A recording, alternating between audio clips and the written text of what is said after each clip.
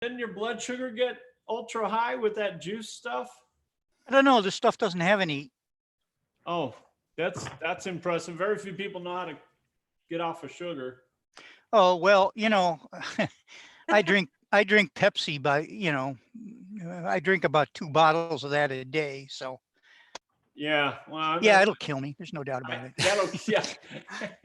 Well, I figured Diet Coke is going to kill me pretty fast, but at least the sugar, I won't blame it on that.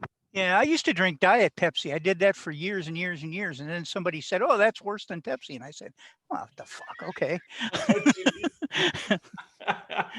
Kill that guy. Shoot that guy. Whoever that was. Whoever that was, kill that guy. Kill that woofer. So, guys, we are live. I want to welcome everybody to a surprise episode of The Flip Side. I haven't really titled this show, just kind of got the guys back together, the crew, so to speak. We got the 4Ds. We got Dale, Davis, Decall, and Dodson. The boys are back. And we're just here to talk everything about the chase right now, or the thrill of the find, so to speak. So, this is the non-PC beer drinking, thrill of the chase talking show. So get the kids away because there might be some FUs dropped tonight. Who knows what's going to happen? We're going to talk about what the fuck a woofer is, everything else. Tonight, I'm drinking a Coors Light because it's made in the Rocky Mountains and it's cold water. We'll talk about that. So I want to say cheers to all of you in the chat room and welcome to a surprise show of The Flip Side. Cheers. Dale, what are you drinking tonight? Cascade Ice, some kind of berry drink. I don't know. That's good stuff. The wife and I discovered that when we were in Yellowstone last year. They don't sell it over here on the East Coast, but we got addicted to it in Yellowstone, and I got it flown in through Amazon like twice a week. So we can't live without it. Okay, now. John Dutton. I always got the helicopter flying in Cascade Ice. Wow. Hey, Jamie, fly me in some Cascade Ice, would you? I love this stuff. Decall, what are you drinking, brother? Diet Coke, as always? Coke, of course, yes. Yep, good stuff. My wife's got me hooked on that Coke Zero. I kind of like it. Yeah, it's not bad. It's not too bad. It's lower sugar. I'm over 50 now, so apparently I'm gotta fucking watch that shit. You're dying. There's no question about it. It's all downhill from here. It's totally downhill from now. Mike, what are you drinking tonight? Iced tea. I need a little caffeine to stay up late because I'm on the East Coast. You guys are in the middle of the country. Well, I guess Dale's on the West Coast, right? Yeah, look at that. Yeah, it's like 9 a.m. here now. Yeah. I don't know. So, okay, the magic question, Dale, and we all want to know, what the fuck is a woofer? I have no idea. I was typing words. After I said, fuck you, I was just typing words, It's just whatever. Oh, hoaxers. I hate those suckers. Liars, cheaters, woofers. Yeah, that's a good one. That's a good one. Woofers. Bark like a dog. Right, woofers. Oof, oof. I could think of one dog out there. It's probably woofing a whole lot. Yeah. So I think I had an image of what a woofer is, those people that just come on the blog and just claim to be, everything. They have the solution. They know what it is. They've been working on it. They couldn't get out though because of COVID, but they know, they know exactly where it is.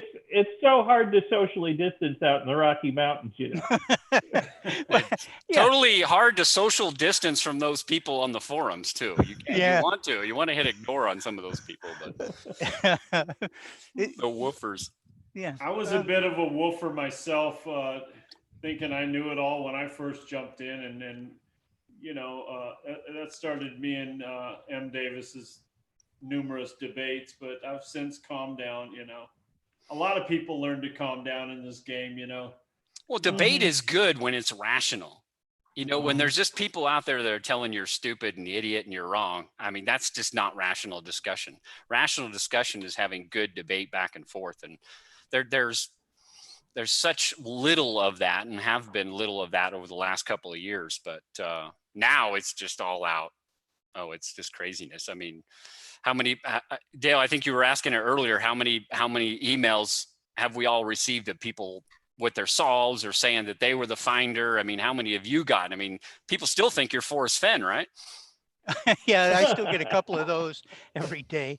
But I have to say, I have received probably, I'm thinking 6 or 7 emails from people who ultimately declare they are the finder. Now, I don't believe any of them, Wow. but they don't want to tell you anything. They just want to be the finder. Or there've been a couple who've actually sent a solution and said, I'm the finder. I don't even read their solutions. I could just care less about those people.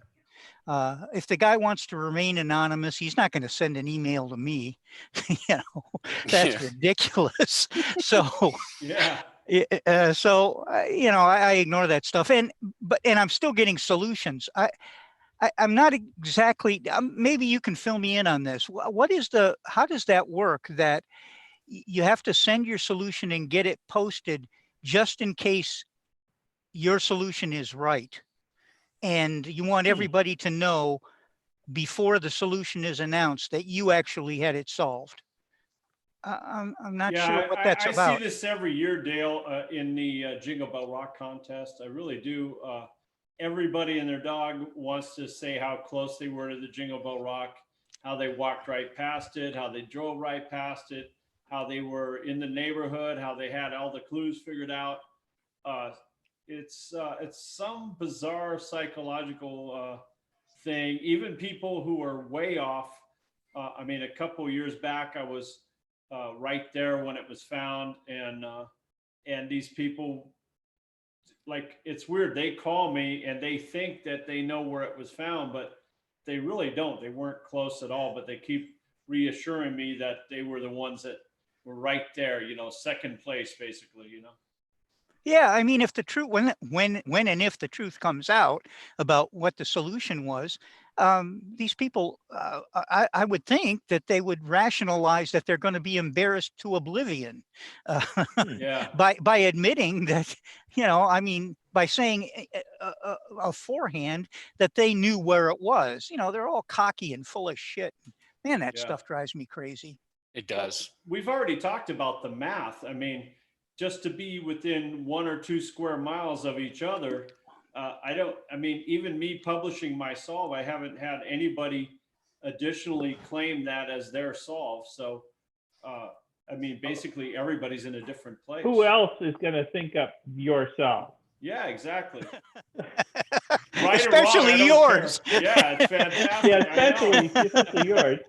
Well, Decall, you said a couple other people have been in the mini lake area. You've had people in your kind of your area, but maybe they've arrived there at different reasons, in different ways, but there's been other people in your search area. Right. And I say, well, you're not interested in a 2,000-foot salamander on the side of a hill right there? How the hell did it go from 800 to 2,000? Well, it is fucking. This salamander story keeps getting bigger and bigger. Yeah, I hope so. Yeah. It's like fishing. Big. Yeah, exactly. It is, Dale. You figured it out. And nobody's got the salamander solved. Decall, that is all yours. You got it. Yep. That's right. And Decall, I think Fenn was listening to you. He's finally put you out of your misery, hasn't he? Yeah, he has. No, he hasn't. I want him to. I want him to say, sorry, that wasn't it. He still hasn't done that. Forrest, while you're watching, Forrest, I'm anxious to hear from you that I'm absolutely wrong. I can't wait to find that out. I think you owe it to me, just like the other 400,000 searchers, it is. Just go out, Decall, just go out there and look, and if there isn't like a square indentation in the turf there, you know you're wrong. Okay. See, and that's now you're giving people ideas, Mike. Everybody's going to be going out there making square 10 by 10 inch indentations in all these search areas, and then taking pictures and going, I was second place. I just missed it. That's what's going to happen next. Hey. We're giving all these people great ideas. Here we go. I'm going to do that. Thank you. I love, what can I say? I love trolling people. I can't control myself. You're not trolling them. You're just setting them up is all it is. You're just setting them up for that shit. They're Mike, like, oh, at least hopefully they'll give you a hat tip when they do it. They'll be like, Mike Davis. If I take a shovel to my area, cut the hole, then I can make the excuse to go 12 hours away, spend that kind of money, and show the pictures to the wife, and I'm covered. Yeah. Yeah. Hopefully she doesn't watch this video, though. Yeah. And she'll then, know. yeah, then hope Forrest never actually does reveal the solve. Right, babe. There's a 10-inch by 10-inch hole in Amsterdam. I need to go check it out, babe. I've got to get pictures of this so I can say I was there. Yeah. No, I'm not going to the red light district, but I'm going to go check this out. Yeah, you 10-inch by 10-inch there. I don't know. Yeah, there's probably a lot of 10-inch by 10-inch holes out in Amsterdam. Oh my gosh. Way to go, Mike. You Anyway, gave so the disclaimer. yeah, Ace. okay, Dale, I've got to ask you, what was, and I think you've kind of wrote about this a little bit and kind of hinted at it, but what was that? I've got to ask you, what was that moment like when you got that email from Forrest? Well, at first I didn't necessarily believe it was from Forrest. I mean, it looked right, you know, Yeah. but it was a huge surprise. So I sent him a note back. Actually, I think what happened was I got an email at 8 a.m. or so from Forrest, and it said something like stand by, the chest has been found, stand by, there'll be more details later. Yeah. I had an appointment to take Ezzy into the mechanic, you know, and so I'm thinking, well, gee, I don't do email on my phone. I haven't figured that out yet. I haven't figured out how to use my phone as a phone really either. It's mostly Amazing. Wow. just a clock. Yeah. So if I'm traveling, if I'm not near Wi-Fi and I don't have my computer with me, I don't have a clue what's going on in my email. So I sent a note back to Forrest first, and I said, Forrest, did you really send this? And I got a note back from Forrest. Yes, I did. Yeah. And he said, and I said, well, when is there going to be more information? Because, or when do you want me to announce this? Because I've got to go out and take care of Ezzy today. And he said, I should have more information this afternoon. Okay. So I went out, took care of Ezzy, came back and looked for more information from Forrest, and there wasn't any. I sent him a note and I said, what's up? And he said, it'll be this evening before I get further information, or I'm ready to give you more information. And I said, okay, and waited. And then I think it was, I don't know what time in the evening I actually got that, but I posted it right away from Forrest, which was, the chest has been found. And then later on he had, well, I think it was 10 days later, the 6th, that was June 6th. Yeah. And then I think on the 16th was when he sent the pictures. Yeah. Wow. Yeah. Late. Yeah. That was late in the evening, June 6th. And we were all pretty shocked, I think. Oh, yeah. God. Yeah. Nobody was more shocked than me. I mean, I didn't feel it coming. And I've seen people point out, well, Forrest said something big was going to happen this year. Well, yes. And last year he said something big was going to happen too. Yeah. I mean, 2018, his Yeah. gut feeling, like everything. Yeah. Every year he says that. come on. Every year. Yeah. So, no. And A so, broken watch is right twice a day, right?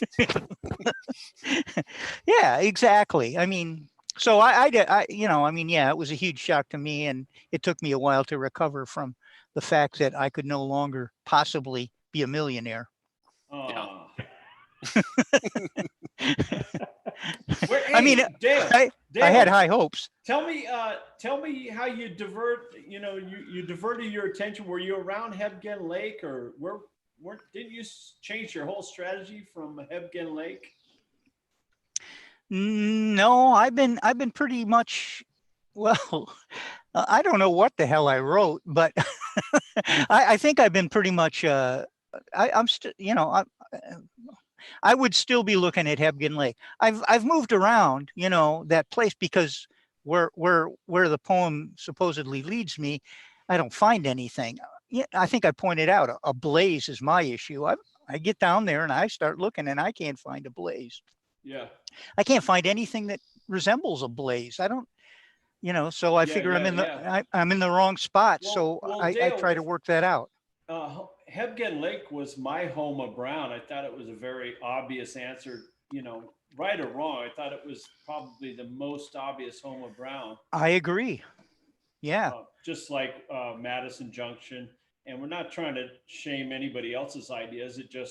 That's what rang true for Dale and I. And I was amazed at Dale's thoughts. I thought they were exactly what I was thinking even before he published them, you know, and a lot of people fall into that. And I know Sean has said a million times that you thought that was a fool's errand or kind of like a trap, you know, and Mike has said many times that's kind of the low hanging fruit and too obvious, you know? Yeah, I think, after the wife and I went to Yellowstone last year, I was even more convinced it's not there. I don't see it.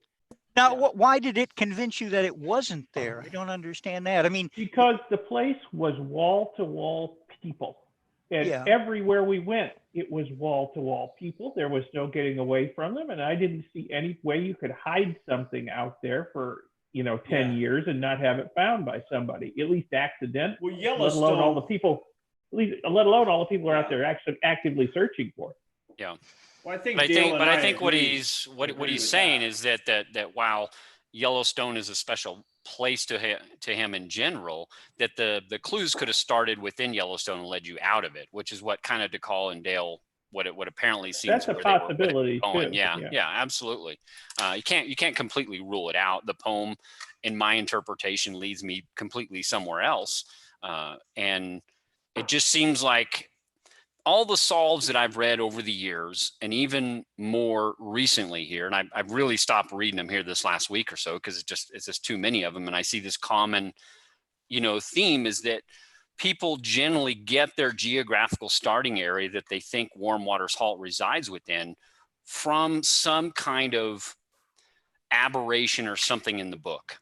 It doesn't come from the poem. It generally comes from, well, I really think it's got to be up in Wyoming because of this. And then they say my warm water halt is this, instead of coming up with what they believe is the starting point and then building a solve around that. Everything always, in a lot of these solves I read, always is consistently about them justifying their state or region based on something in the book. And then they build a solve around that. Not every one of them, but the vast majority is like that.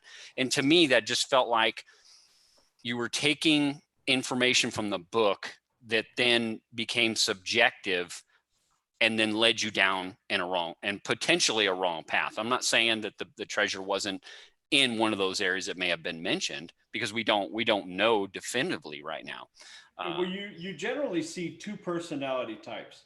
One that believes that whatever Forrest Fenn is talking about, that's a viable candidate. Sure. And then M. Davis's type of personality is generally thinking there's no way in hell that Forrest is going to hide it in any of the places that he's talked about. So, I mean, they're very polar opposites, and I don't mind either style of strategy. Yeah. I mean, just whatever rings true to you. I think Forrest Fenn had to kind of give us the context. I think the context is important for his own life history. And that's why I chose the things that he did talk about were relative. And I don't mind M. Davis's. M. Davis, have you ever had a solve that you are willing to talk about? Oh yeah, well actually I posted a couple of my solves on my blog. Some of my older ones are on there, and my last one, which I believed in the most. A lot of us published our solves on Harry's, but it's in the members only section. So you have to be a member. But I published my last solve there. It's northern New Mexico near the Brazos Cliffs is where I was looking.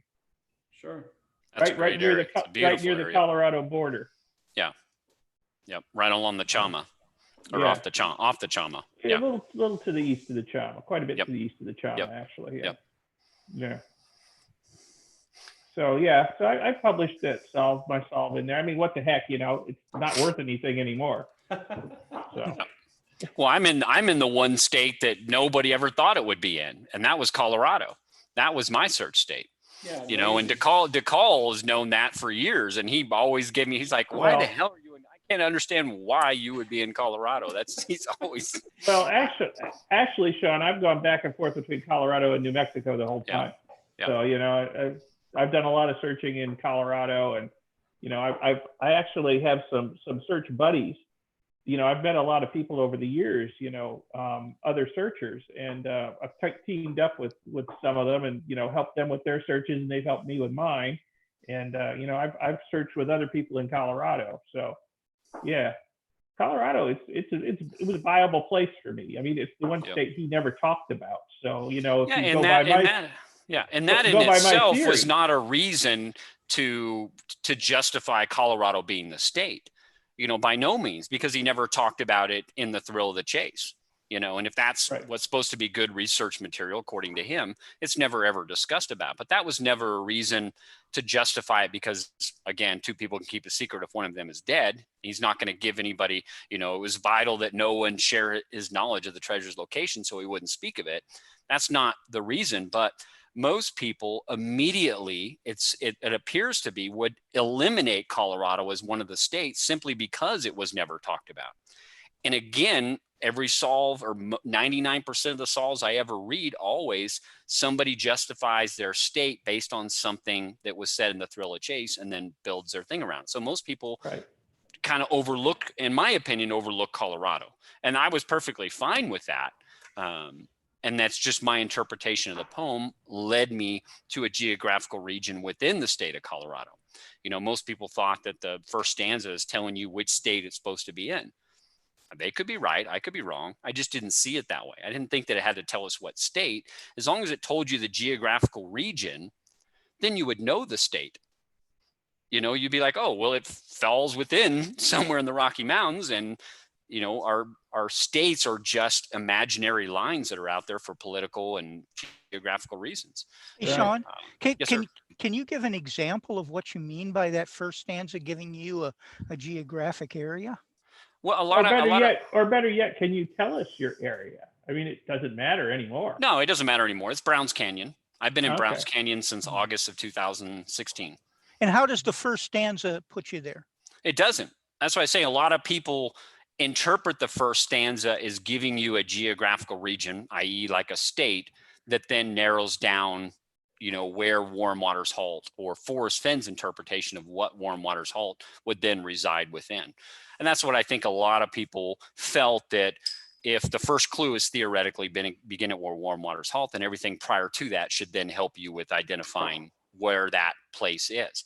I didn't necessarily agree with that. I think that there was while the clues may be in consecutive order as we read them in the poem, I think the order that we follow them in the geographical world is a different order. Oh, really? Yeah. I mean, that's something I've talked about openly quite a bit, and everyone said, oh, well, the first clue is this, then the first stanza can't be a clue. It's got to be a hint or something else. Again, it's kind of like, Mike, your theory on the, taking the poem and wrapping it around is in circular. Yeah. I don't the know first stanza. I used to have it on the deck. agree. I totally agree with Mike on that. And I also think this first stanza is totally a mystery. What was the purpose of the first stanza? And what is the purpose of starting in the second stanza? Obviously, the beginning, the second stanza is where we begin, or the first clue. So what is the purpose of the first stanza? Or what is this great mystery? Or fine, tack it on to the end, but don't mess with the poem. So I'm just curious. Well, I had a purpose for the first stanza.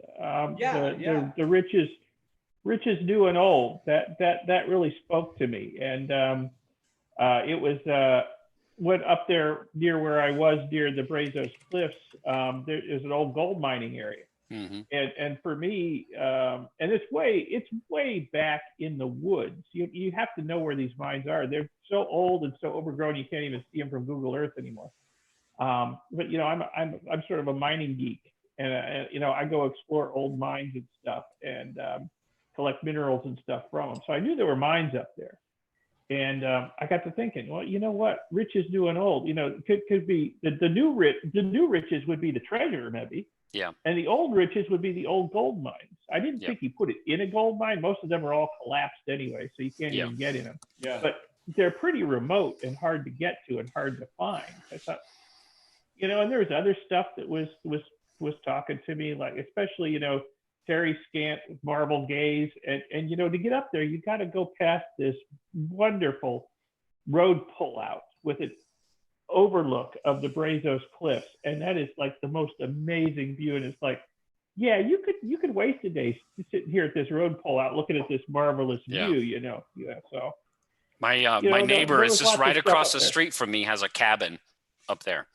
Has one of the older cabins up there. He's invited me to go up there. So yeah, I've been up there before, not to my neighbor's Paul's cabin, but he's invited me to the family to go up there and use it. So we'll have to take advantage of that. But definitely a beautiful area. And Mike, kind of your thoughts on Rich is New and Old are quite similar to what I thought. And I think I've talked about it a little bit, as the Rich is New being the actual treasure, and the Rich is Old being, riches can be considered, it can only be considered a noun. Those things that are valuable natural resources, or things that are of monetary wealth. So the treasure was kind of like that monetary wealth. And the Rich is Old, I kind of interpret as potentially being the treasure's location. It is a place that is a valuable natural resource, or a place that is special, not only to Forrest, but could be special to all of us. It could be deemed special. So it's the actual location. It's a beautiful area in Browns Canyon itself. Could be the Rich is, Old. It's one of the most popular whitewater rafting areas in the United States. Even more so than the Colorado. So it's, I looked at it that way. Rich is New and Old. He was not only talking about the treasure, but he was also talking about the treasure's location, kind of like the end of my rainbow and the treasure, that line just prior to the poem. I always liked the theory that the first stanza was describing where warm waters halt and not where he hid the treasure. And the line about new and old has to do with what's in the box, what's in the chest. Yeah. I mean, he had brand new coins and old jewels and gemstones, but there were some new things in there, like his biography, and so I always thought that's what he was referring to, and it seemed to logically make sense to me, but I didn't find it. Well, I think Forrest Fenn has a lot of stories still to tell. There must be some major secrets that can be revealed.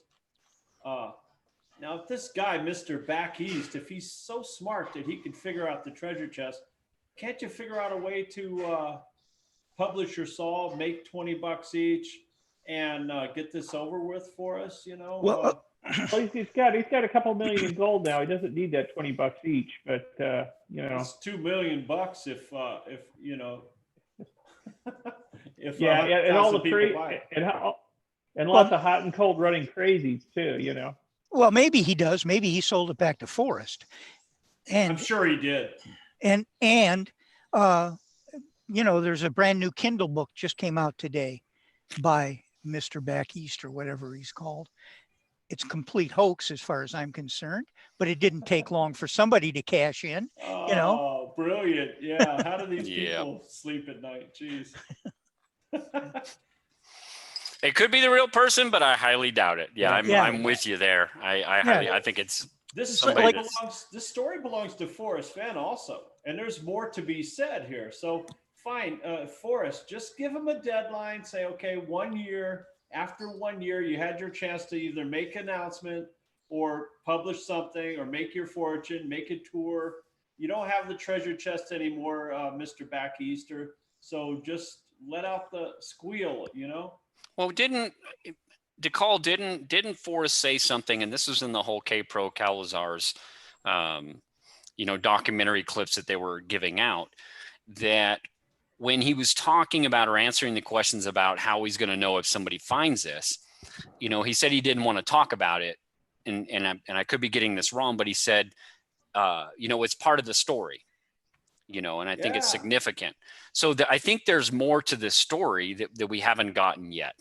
And I think a lot of us are really being impatient. And I'm not saying next week we're going to get anything. And I'm not saying definitely that we're going to get something. I'm just saying if it is part of the story, then the story isn't complete. We have the story of him hiding it. We have Finn's life story. We have everything else. But if it's part of the story, then story. Well, we don't have it all. Yeah, we don't have it all, Mike. Pieces. In fact, there's large sections, decades of his life we don't know anything about. And I've always wondered if he didn't include any of that stuff because it was too much of a clue.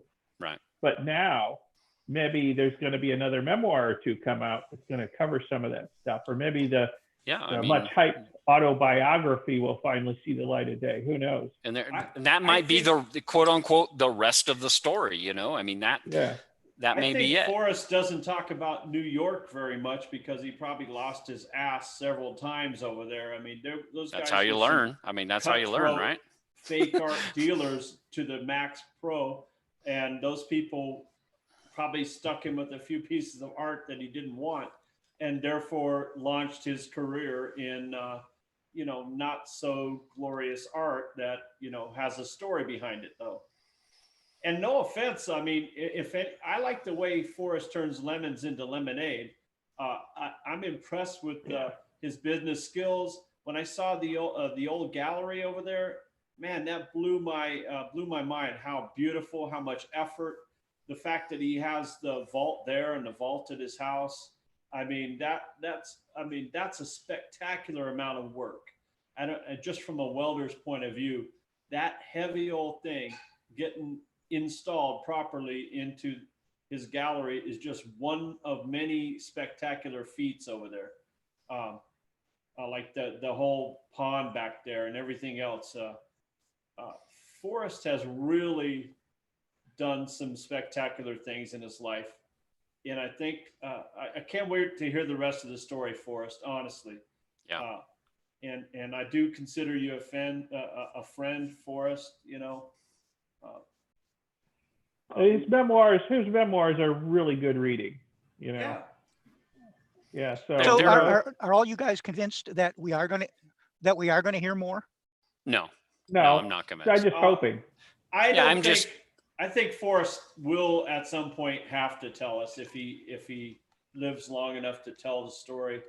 I mean, we're all hoping to live longer, but Forrest, go ahead and tell the story. Give it a year and then just tell the story. You don't need to explain or apologize to anybody. But a promise is a promise, right? If he said, you can keep your anonymity, or I won't tell where it was found. I mean, that was his promise. Why would he go back on that? I don't think he will. I think that he's an honest man in that part. If he's saying that he's not going to release any information, he said this well before, ever the treasure being found. He said he's going to leave that up to the finder, whoever found it. I think that was in one of Jenny Kyle's featured Q&As with him or something. He said it a couple of times. Yeah. Where he was asked, do you think that the finder will understand why the place is special to you? And he said, maybe, but probably not. Their mind may be on other things. And I think somewhere in that response, he had said, I left, I took out why the place was special to me, because it was for such a personal reason, and I'll never tell, or something along the lines that he'll leave it up to the finder whether to release the location, and he never will. He'll take that knowledge. I think it's just common sense, Forrest. You're going to have to tell the story. You can't throw your pearls before swine. This Mr. East guy, he doesn't care about your story. He's got his prize. Let's all move on from this jerk.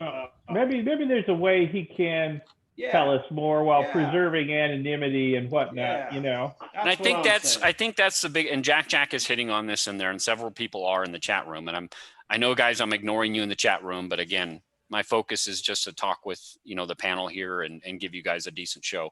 But I'll address one thing that Jack and several other people are going in there.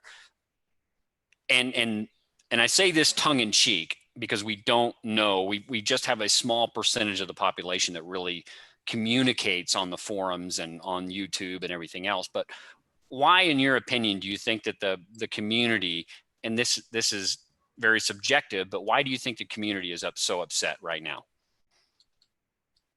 Well, a small part of the community is upset. Exactly. I mean, it's not like, we're upset. No. Well, I have spent thousands of dollars. I don't think Forrest owes me anything. And it was the thrill of the chase. It was a great experience, me and my sons. Okay, all of that's true.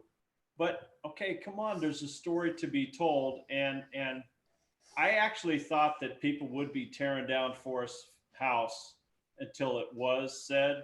People have Let's calmed knock down. on wood. Yeah, I'm sorry, Forrest. You know, but these crazy people already had the idea. Don't worry. I mean, the story needs to be told, in my opinion. Well, okay, the story needs to be told, in your opinion, but don't we also need to respect what he said, what he promised? I mean, it's not like he made this up at the last minute. He's been saying this since at least a Moby Dickens interview. Yeah, you're right. You know, I mean, why do we have the right to request more than what he promised, even from the beginning? I'm just kind of coaxing Fenn. Like, is this really what you intended the whole time for us to be so overly respectful to this guy? I mean, I can't imagine what the Mr. East Coast is losing. That's what I'm trying to figure out. Or what is? I mean, Forrest does have to keep his word. I agree. Keep your word, Forrest. But why would you make that promise? Call the guy up and say, listen, that was a little out of character for me. I need to tell a story here. Do we think it's maybe possible that Forrest was kind of surprised that it was found in his lifetime? Yeah, maybe so. Maybe he was expecting this to go beyond his life, and he would never have to handle these types of things. I mean, the man said he tried to think of everything. And I'm assuming he probably thought it was obviously a possibility. And if he knew somebody was close, even though he hadn't communicated with this guy in 2018, so he says, he had to have known that a searcher or people were getting close, even though he has said, you know, according to me, there is no lead searcher. But obviously that wasn't the case. I don't think they're all the 500-foot people and the 200-foot people, but you know what? I don't know. I always got the impression that Forrest maybe thought he made this too easy and was worried that it would be found too quickly. Mm-hmm. And I thought a lot of the stuff he did was, you know, like with the scrapbooks and the questions and even a lot of the stuff in his books was to sort of muddy the waters and prevent people from zeroing in on the solution too quickly. Well, it definitely did muddy the waters, whether that was his intent or not. It definitely muddied his waters. Yeah. So I don't know if he still figured it was going to be found in his lifetime or not, because I think he was trying to make it, you know, he kept saying, oh, it's straightforward, you know, there's no subterfuge, you know, you just got to read the poem, yada, yada, yada. Right. But then he went and did all this other stuff that just confused the heck out of people. I don't know. I don't know if he intended it to be found in his lifetime, thought it would be. I don't know if it came as a surprise. We'll have to ask him.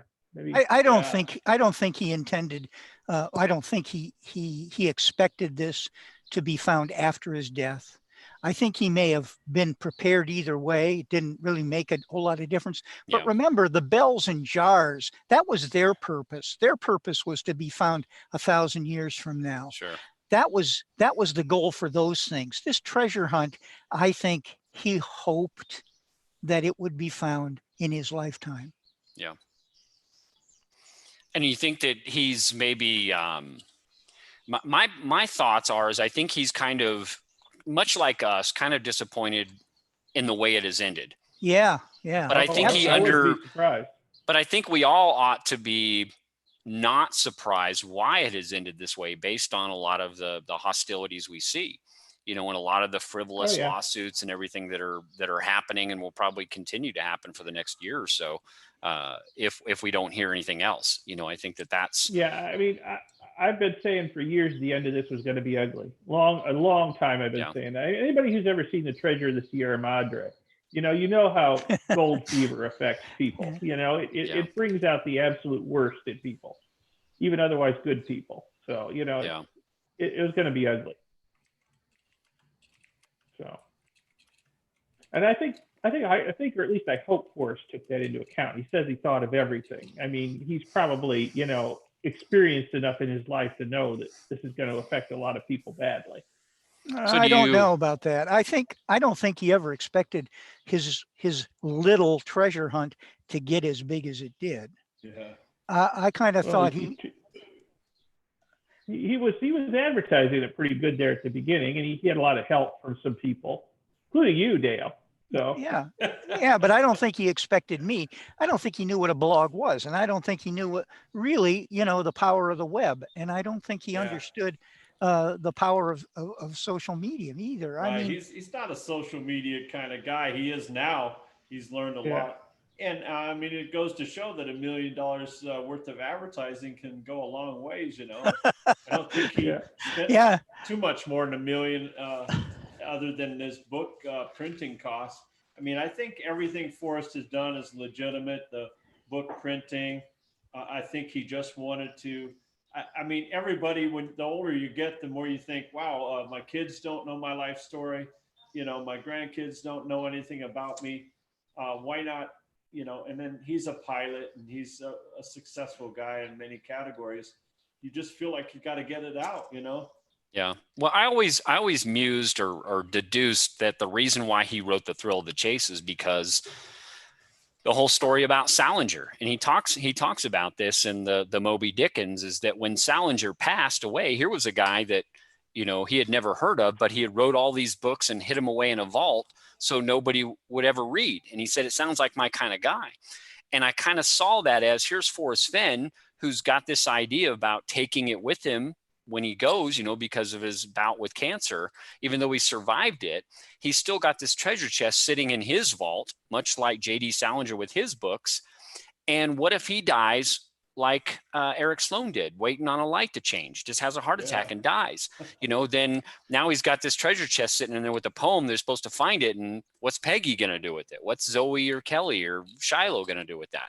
So he's like, that was the catalyst that kind of, got his ass in gear to go out there and put the treasure out there. And then he's like, well, if this is a good book, and he wasn't knocking Salinger's book, he was like kind of laughing at the whole, community out there that lauding J.D. Salinger for being a great writer when he thought it was such a boring book, in such a a plain book. If this is a good book, I can do that. Then he's like, well, he sees those things and he melds them together and goes, well, I can find a way to start the hunt now while I'm still alive. I can hide the treasure chest, write this book with all my memoirs. I've kind of got them all together anyways, and then throw this poem in there to go find it. And then the whole Thrill of the Chase became,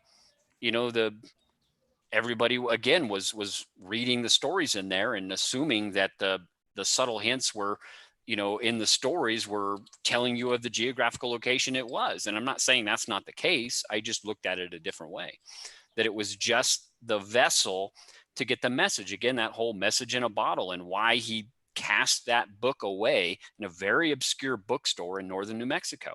And then most people see that as a justification. Well, it has to be in New Mexico then, because it was only in Mexico. It was supposed to be a big hunt.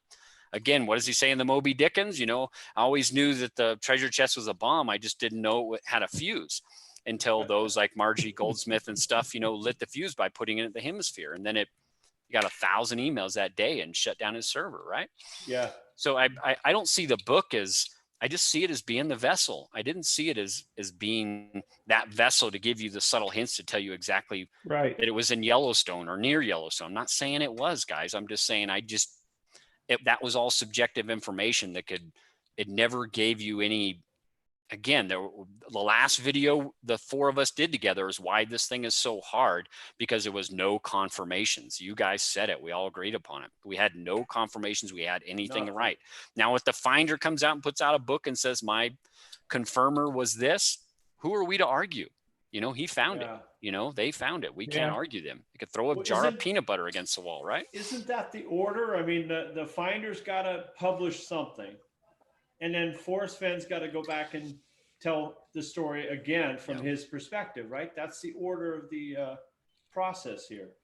I think what Forrest has said all along is true. He started this treasure hunt to get people off the couch, to get families and children off the couch. I think that's true. I mean, he has grandchildren. He watched them grow up. He saw how connected they were to social media, and he I think he tells a couple of stories in there about how his kids weren't interested in some things and his grandkids weren't interested in some things that he would have liked them to have been interested in fishing maybe, and things like that. And he wanted to share the mountains with them. So that's why he started this. I really and truly believe that's true. The book came along as a way to promote, but also the book came along as a way to raise money for his cancer fund. Sure. So they were together. I mean, they were interlocked. And again, this is his smart marketing concept. I don't think there was, get me out there. I think there was, if I write this book, people will buy it because there'll be some information that might help them find the treasure chest, and it'll raise money. And we're only going to sell it from Collected Works Bookstore because I like those people. Yeah. And because those little bookstores are closing up really quickly. Yeah, that's right. Yeah. And so maybe I can help them too. I mean, Forrest basically, and that's what most of his stories are about too, is people helping people. Forrest is a people person. I mean, look what he's done for Douglas Preston, Yeah, absolutely. And I think that I was going to say something. There's a lot of people that have said, there's no second place in this treasure hunt. Well, I just don't agree with that. I think each and every one of us has earned a second place. If you've gone out and you've had a good time and your mind hasn't been on just the monetary wealth of the treasure, and you've gone out there and you've had good memories with your families. I've been out there with my wife when she was 8 months pregnant with my son. I've been out there with my oldest daughter. I've been out there with my youngest kids. I've been out there with good friends and family. I've met great people. I feel like I've earned a lot and learned a lot in this whole treasure hunt. It's those people that, honestly, and I'm going to speak plainly here, that fucking feel that they're entitled to something after all of this, that have lost completely. You haven't failed. You've just lost sight of what this whole fucking thing was about. It wasn't about each and every one of us finding a treasure. It was about going out there and spending time and being out in Mother Nature. And I think that was Forrest Fenn's intent, and he was very successful in that. If you've lost sight of that and you feel that you're entitled to something from Forrest because you've done 1 boots on the ground or you've done 300 boots on the ground, you've totally lost sight of what this whole thing was about. And that's unfortunate for those people that have lost sight in that. And maybe you'll get refocused and you'll take a deep breath and realize that after a little bit, but some people haven't yet. Look at the vast number of people who are out there, and we all know some of them, who definitely couldn't get out to the mountains, but approached this thing as a puzzle and sat at home and tried to figure it out, spent no money. They just tried to figure this thing out as a puzzle. Right. And they had great fun with it. Yeah. And I don't know how many, but good Lord, there's a lot of people like that, or people who just didn't have the money to travel from Florida or Maine or Canada. Yeah, that's the whole reason I started playing, is because you hear all these treasure legends, but you don't know how accurate any of the information is, how much people have gone over it. Once you hear about it, it's probably long gone, but this one's different. We could actually solve the poem. It's tangible, it's believable, and we'll have word when it's found. So there was a no-brainer. We could go out there and try and figure this thing out and have some good family time. Me and my boys, I honestly feel like it's one of the things we can talk about, or our dozen or so trips out together. It's brought me and my sons closer in a different way. Yeah, it's like 3D Bronze says right in here. He says, after all, the book is titled "The Thrill of the Chase." Yeah, right. And that's what guys, it's about. Sorry to interrupt. My internet here at home has been glitchy all day, and I don't know. The live feed has frozen on me, so I don't know if you guys are seeing me still and hearing me. So. We can see and hear you. Okay, good. Because you guys are getting glitchy too, but we've been glitchy for 5 or 10 years. Yeah. But it is about the thrill of the chase. And Forrest Fenn, this is one of the things I think he said so many times. They never knew it was the chase they sought and not the quarry. And that is so poignant right now at this point in time. We all just want our chase back. and in reality, it's still there. We don't know. The thrill is not gone. The thrill is still there. The treasure is gone, but the thrill is still there. Right. I've always believed that, and this is something David and I talked a lot about, that we would never share the solve. We would go out there, we'd put a plaque where it was found. So those that still enjoy the thrill would be able to still participate in that and know if they actually found the location by finding that plaque. So when that solve actually comes out, then the thrill is gone. Then everybody can say how right they were, or other people, which is more prominent right now, can say how wrong other people were. You get more people out there right now, it seems like, trying to say how wrong everybody else was, and they don't even have the solve yet. It's like, oh my goodness. Well, even if they say the state, I'll be so happy to hear that it's in one of the other 3 states besides Montana. But it pretty much is, I'm sure.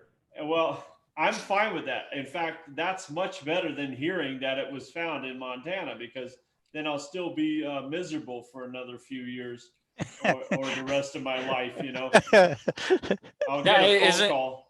Isn't that the years. question? And my wife asked me that same thing.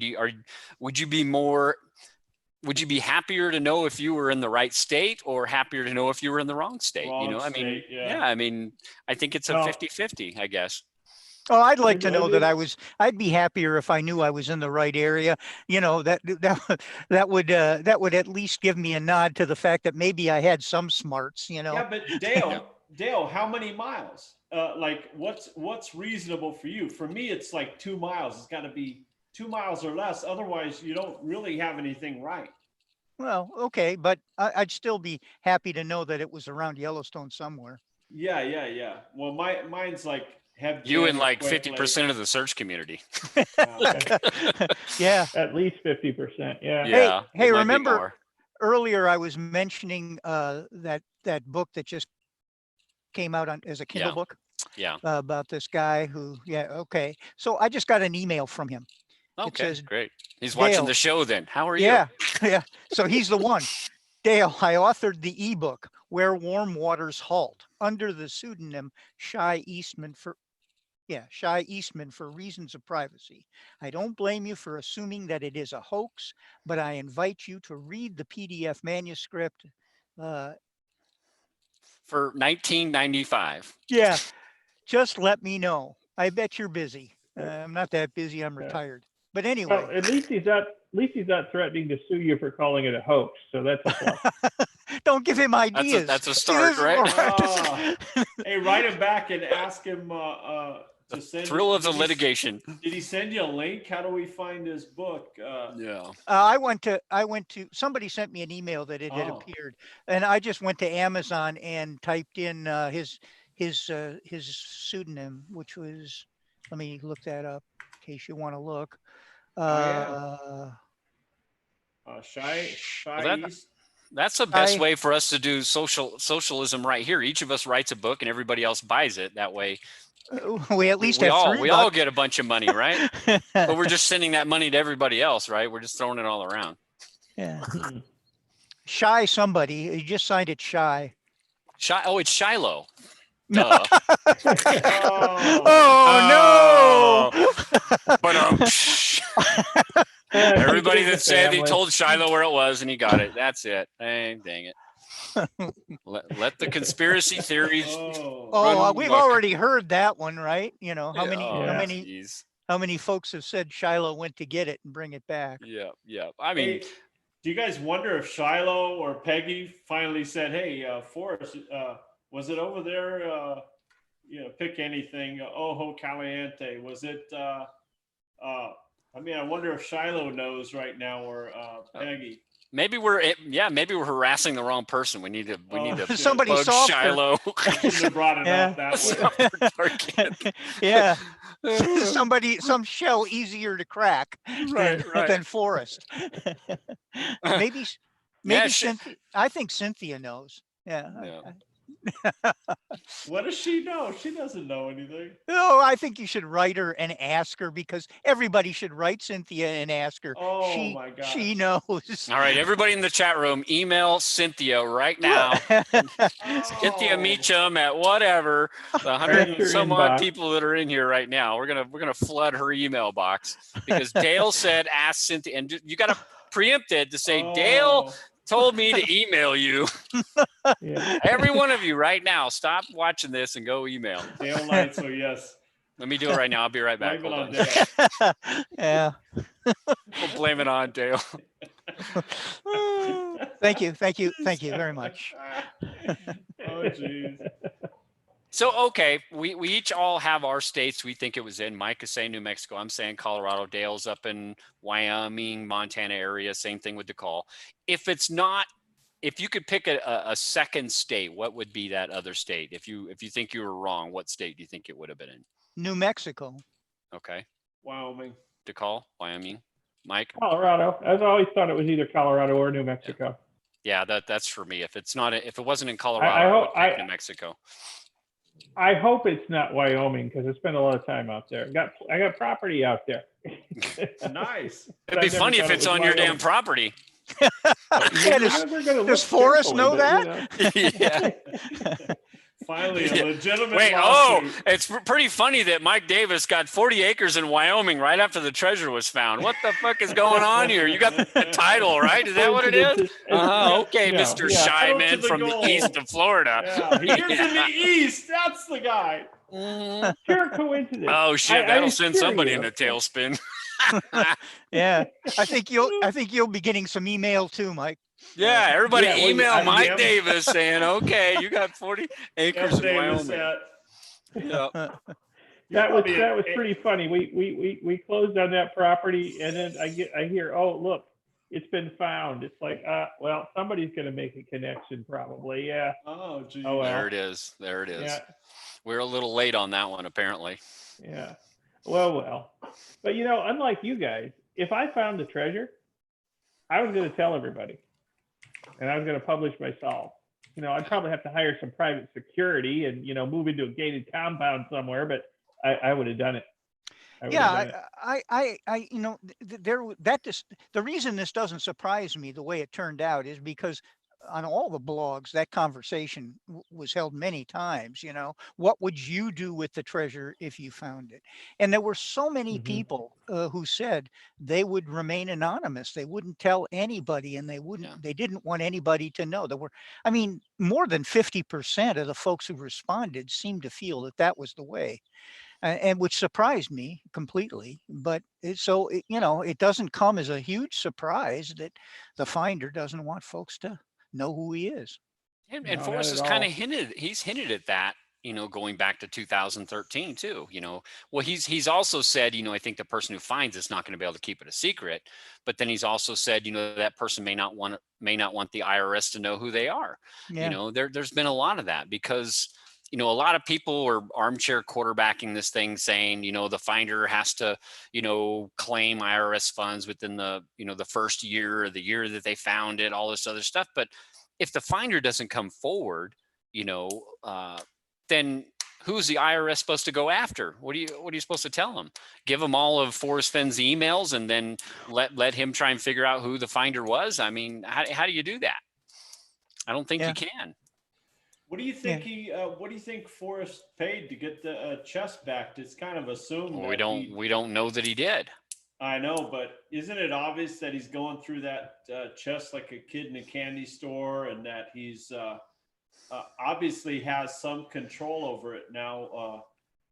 The finder was obviously not even any part of. We don't. He said in the declaration that he met the person. So we have to assume Suddenly that he's being truthful. He said he met. We can hear you, Mike. We can hear you. Yeah, Dale. We can hear you. That he met the finder. Yeah. And that's assumed to be in, at that lawyer's office or whatever that third party location was.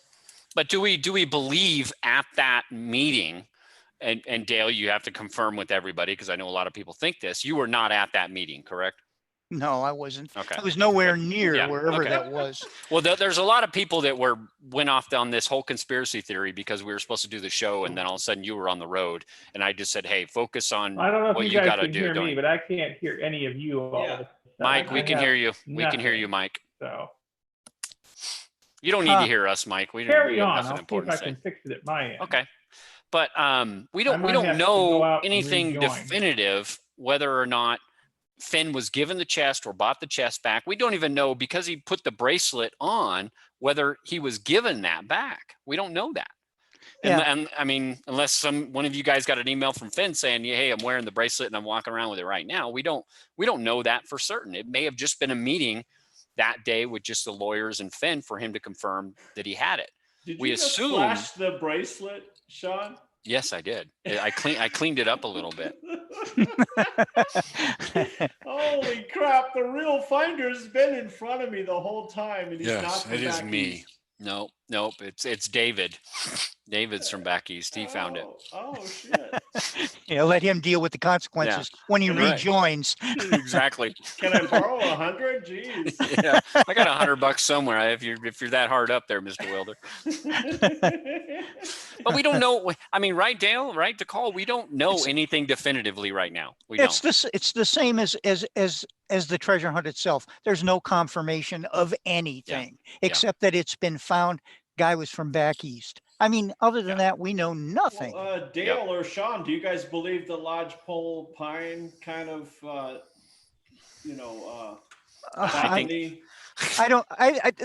don't know who you could get to be an expert, who could say definitively it was one or the other. That went on for days and days and days on the blog. And one guy would claim to be an expert and say it was pinion. Another guy would come on and claim to be an expert and say it was lodgepole. I mean, crap. The problem is any pine cone that we figure out definitively what it is could be found in all four search states. Oh yeah. Within that elevation range that we were given between 5,000 and 10,200 feet, I guarantee you any of those types of pine would be found in any of the search states. I'm sure there's some botanists out there, some botany experts that could absolutely confirm what that is. And let's not go into the fucking twig. Oh my God. Yeah. Like, holy shit. I love that twig, man. That twig has got more mileage than the little girl in India. Like, holy shit, the little girl in India is going to sue the fucking twig before we know it. Like, this is fucking ridiculous. Like, holy cow. Yeah. Oh. There must be close to 400 comments on the blog about that damn twig. Oh Jesus! We need to start a Facebook page for the fucking twig. Apparently, yeah. Like, what if that was a little mini fishing pole and he had like some fishing line, showing you where it was lightly covered in dirt. I'm surprised we haven't got a twig on eBay yet, saying this is the twig. Oh yeah, there you go. I mean, the seller could buy like 5 twigs from the search area. If you're watching right now, go get like 5 twigs from the search zone and sell it. Actually, you should have I would have grabbed the pine cones, the pine needles, the dirt, everything from there and sold that shit on eBay. I don't have to sell the treasure chest. I'll just sell all the dirt and everything that was in the picture, right? Brilliant. Yeah, brilliant. Oh, Jesus. I'm sure some other YouTube channel is watching this right now and going, when in the Jingle Bell Rock contest, they one of the clues was just a really small picture of the ground in Las Vegas. It just had some rocks and a little 4x4 post. Yeah. Well, it didn't take long, but somebody found that little spot of ground, and it matched the grain of the wood and the pebbles, shapes, and sizes. It matched everything. So with the search community, I wouldn't be surprised if they found that exact spot of ground. It's not so impossible. It's happened before. Yeah. Hey, Mike, welcome back. It says connecting to audio. Yeah. Check mark. Are you there, Mike? Can't hear you. Nothing. Yeah, you can hear us now, but you can't talk. Well, you can't talk. Well, that's good. Let me make sure I don't have him muted. No, you're not. You're not muted. Your audio's good. Mike? Yeah, sorry, Mike. Wow. You missed the whole twig conversation, Mike. Yeah, that's what we were talking. So we're expecting some twigs to go on eBay tonight. Yeah. Yeah. And while you were gone, Sean gave out your email and told everyone to send you a message. Yes, So. absolutely. Yeah, totally. In Totally legit. retaliation.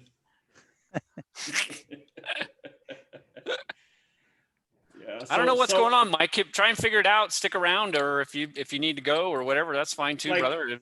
Have you in here. Dale or Sean, let me ask you. Okay. Do you think Forrest Fenn bought the treasure back from the guy? I absolutely am convinced, 100% convinced that he got the treasure chest back. You are? Yeah. Based on what? Well, I'm actually surprised to hear any other doubters, but doesn't this complete the story? You know, he had to get control of the treasure chest right away, and to preserve this thing from, you know, once you cast all the feathers out of a pool, you're never going to put them back. Yeah, I heard something, Mike. Oh, can you hear me now? Yeah, good. Yeah, good, we good. can hear you. So Okay, for some reason, I guess the microphone in this isn't working, so I'm using the microphone on the laptop. So if Forrest treasure gets split up into a million pieces, you'll never get it back. So I'm convinced that Forrest Fenn has always wanted this thing in the Smithsonian or Casper, Wyoming, or some significant location on display, you know, along with the whole story. But what has Forrest ever said that made you believe that? Well, I mean, there's been talk from searchers about, oh, they'd go to the Smithsonian, but I've never heard Forrest hint in any way. He hasn't, and that could be the one thing that is saved, especially for the finder, that he never wants to talk about.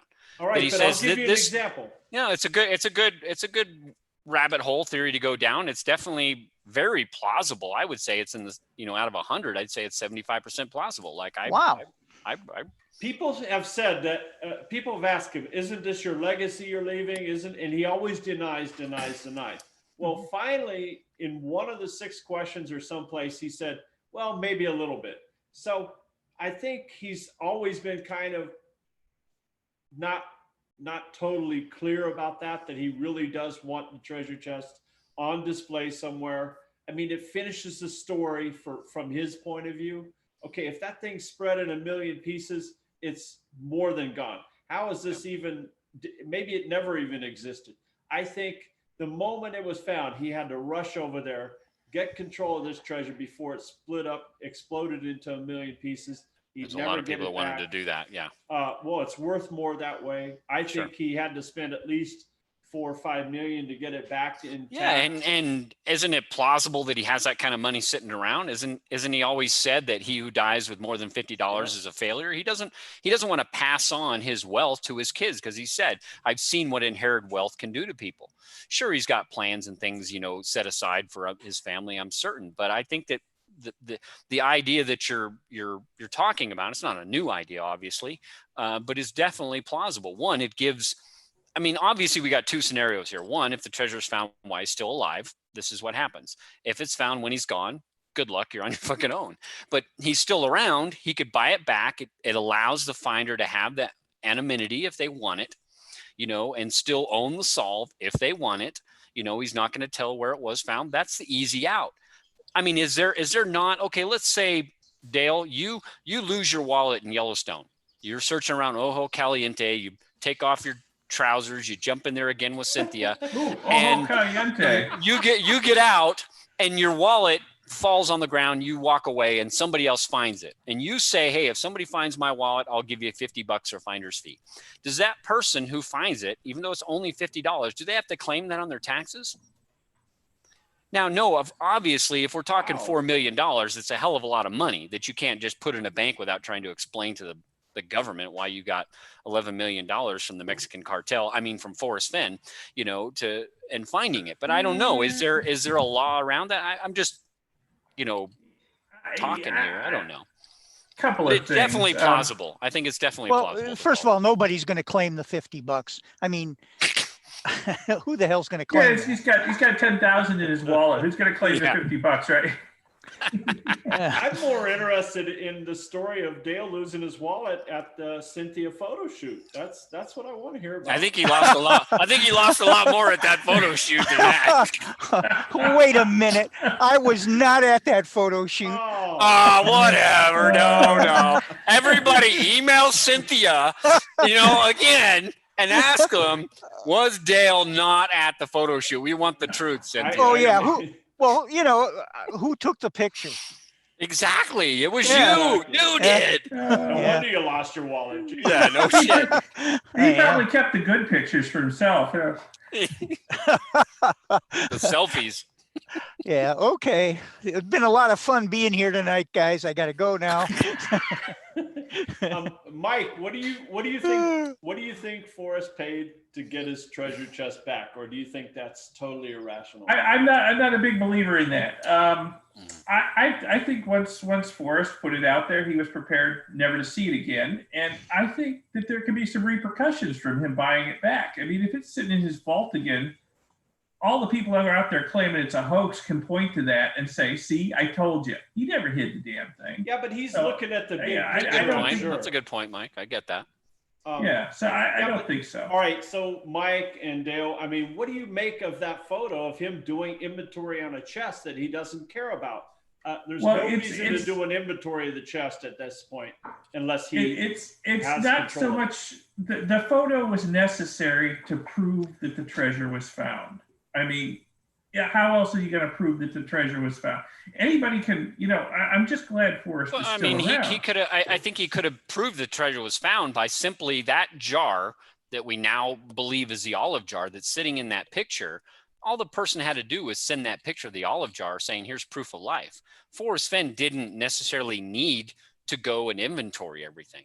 To me, that was kind of like there's some kind of legal reason why that took place.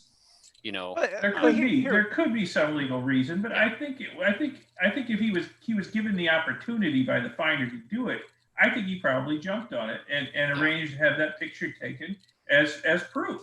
Sure. Yeah, yeah. I think he was thinking a little bit of us too, and I don't think that there's any kind of a conspiracy there about Forrest buying the chest back. First of all, I mean, it's possible, but I don't think it's any kind of a weird conspiracy. I don't think it's a conspiracy. No, it's not a all. Conspiracy, and it wouldn't be weird at all. It's definitely plausible. And of course, conspiracy theories only arise when you don't have any definitive proof of something being either this case or that case. So all we have is conspiracy theories right now. Well, I'm Whether thinking about plausible or pragmatic as they are, they're still conspiracy theories. Well, I'm thinking of the Smithsonian part of your story. Sure, To okay. me, that seems a little far out. I think it's certainly possible that Forrest may have wanted the chest back. Maybe he didn't want the chest back. Maybe the finder wanted cash instead of that. Do we even really think the Smithsonian would want that in there? They'd be like, "What the fuck is this?" Yeah. I don't. Who are you? I think the Smithsonian would be way too. We're gonna put it right next to the Apollo 13 capsule right here. I think Where it's gonna go. I think the Smithsonian would take anything you wanted to give them, really, but put it in the especially fucking gold, basement, and never see the Gold is light of fine. day again. I mean, that's not what Forrest Fenn wants. I mean, maybe the Cody Museum, but how does that even fit into that kind of? I don't know. The Denver Museum. There you go. Maybe the Denver, because it was found in could fit Colorado. there. Bum, bum, bum. I always figured the best fit for it would be behind bulletproof glass in the middle of the Wynn Casino or something, there you go. on a little turntable, that's probably the best fit for where it should be, Right. You can win this once you can tell us where it was found. Yeah. It'll go on for another fucking 50 years. Oh shit.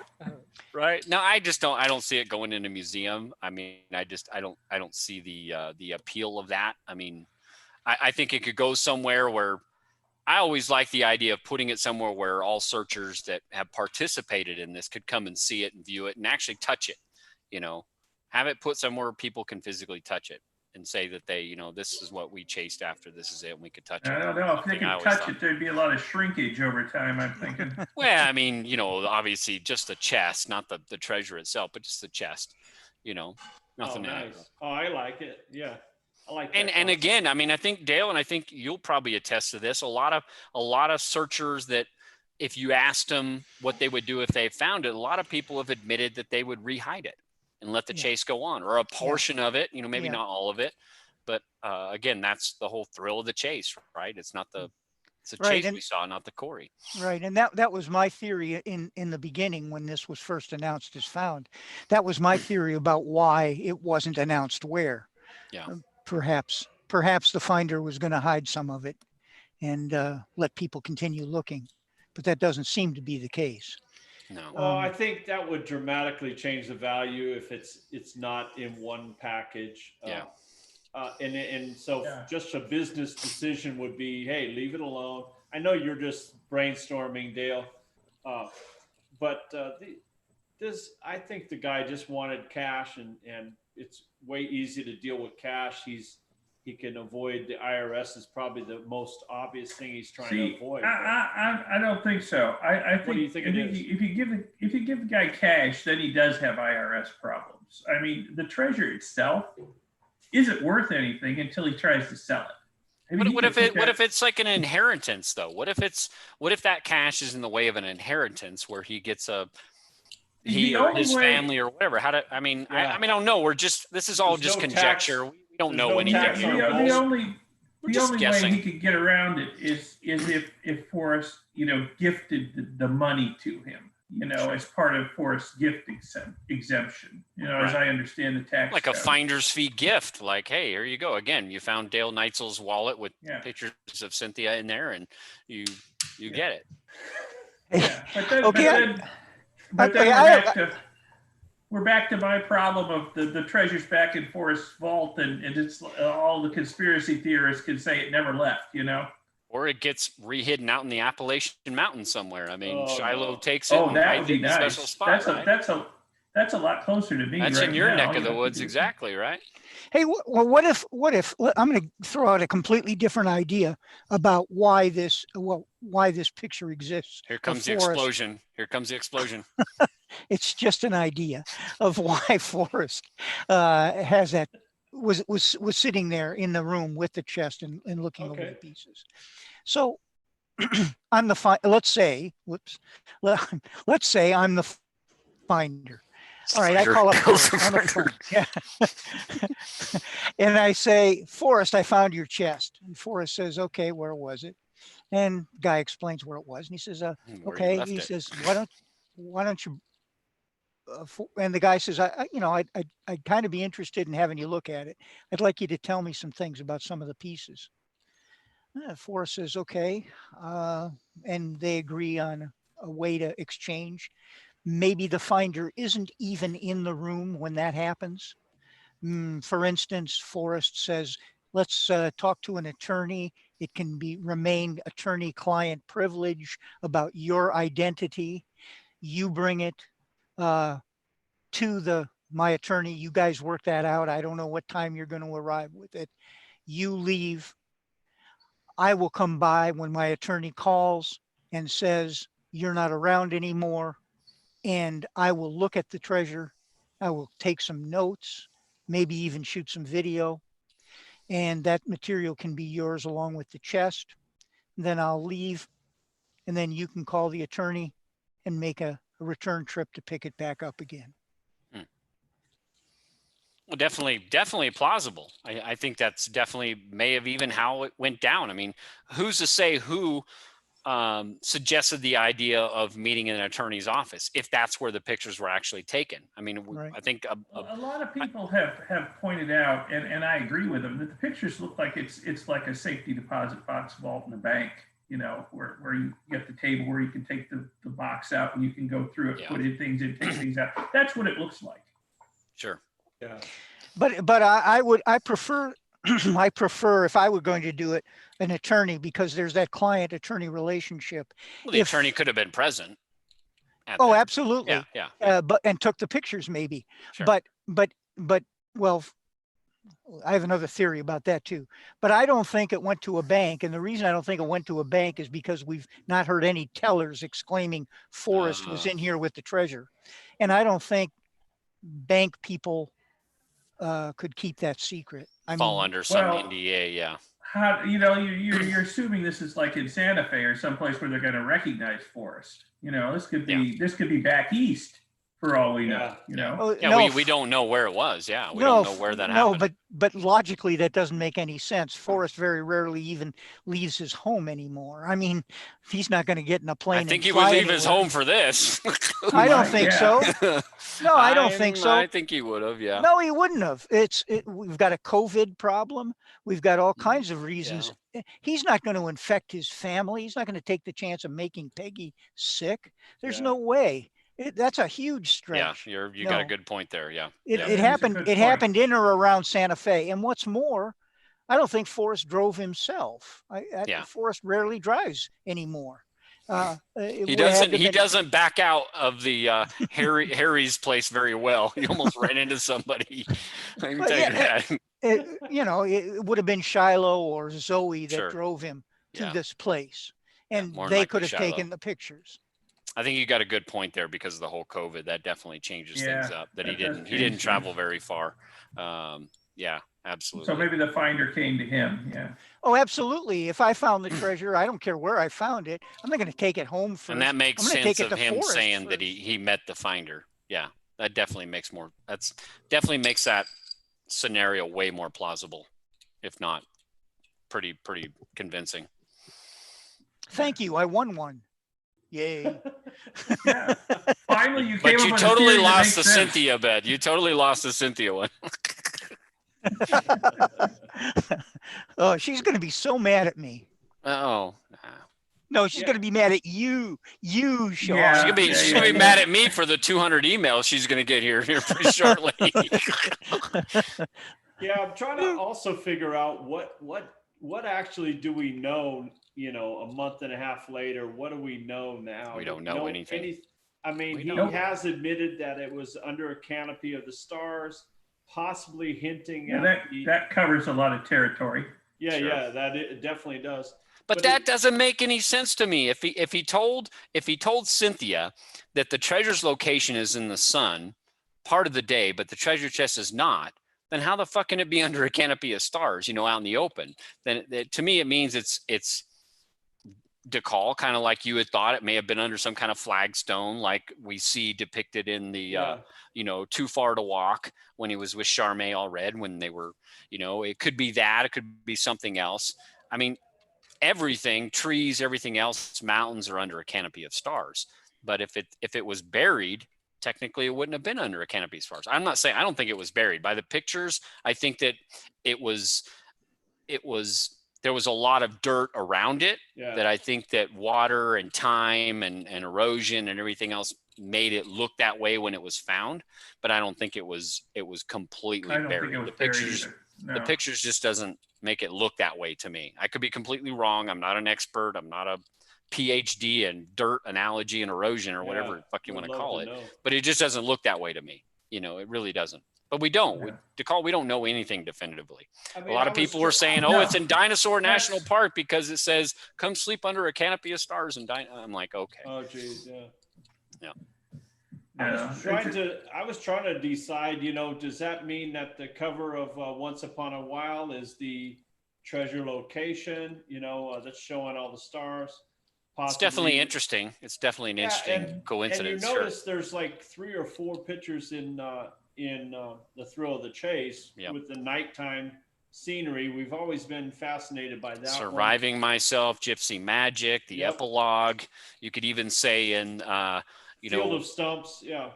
Well, yeah, I mean that's in the epilogue. You could also say it's when he went to Texas A&M, Stout-Hearted Men. I mean, it's a pretty good chance that the Field of Stumps picture being right there at the end of the book is symbolic of the final location. Sure.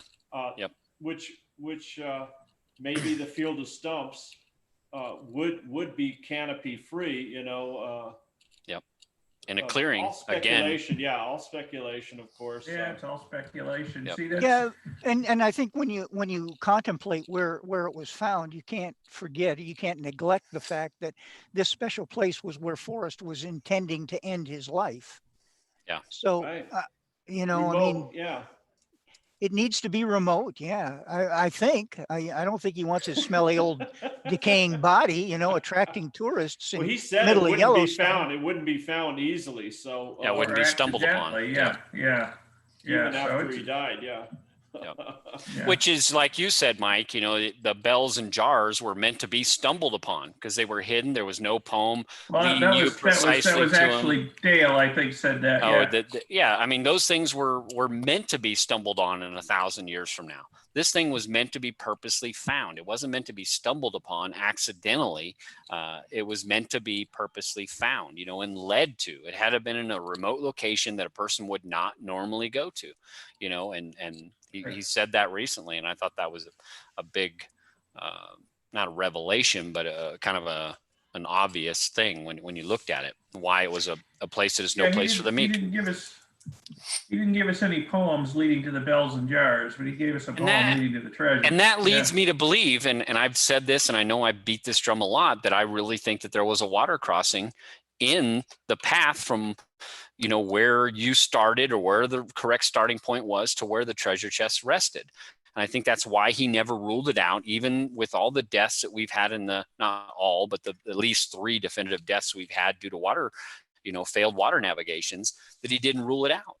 But now, you know, because we have, you know, certain people that we've lost and their family members out there that you know, if they were to come out and definitively say that there was a water crossing in the path, that those people can come out and try and sue Fenn or the finder because he put us in harm's way or something, right? I don't think there was a water crossing, and the reason I don't is I keep going back to this. I keep going back to this, but he invented this whole thing to get kids and families off the couch, and he doesn't. You know, he's not going to put a 4-year-old kid in a water crossing. I don't think.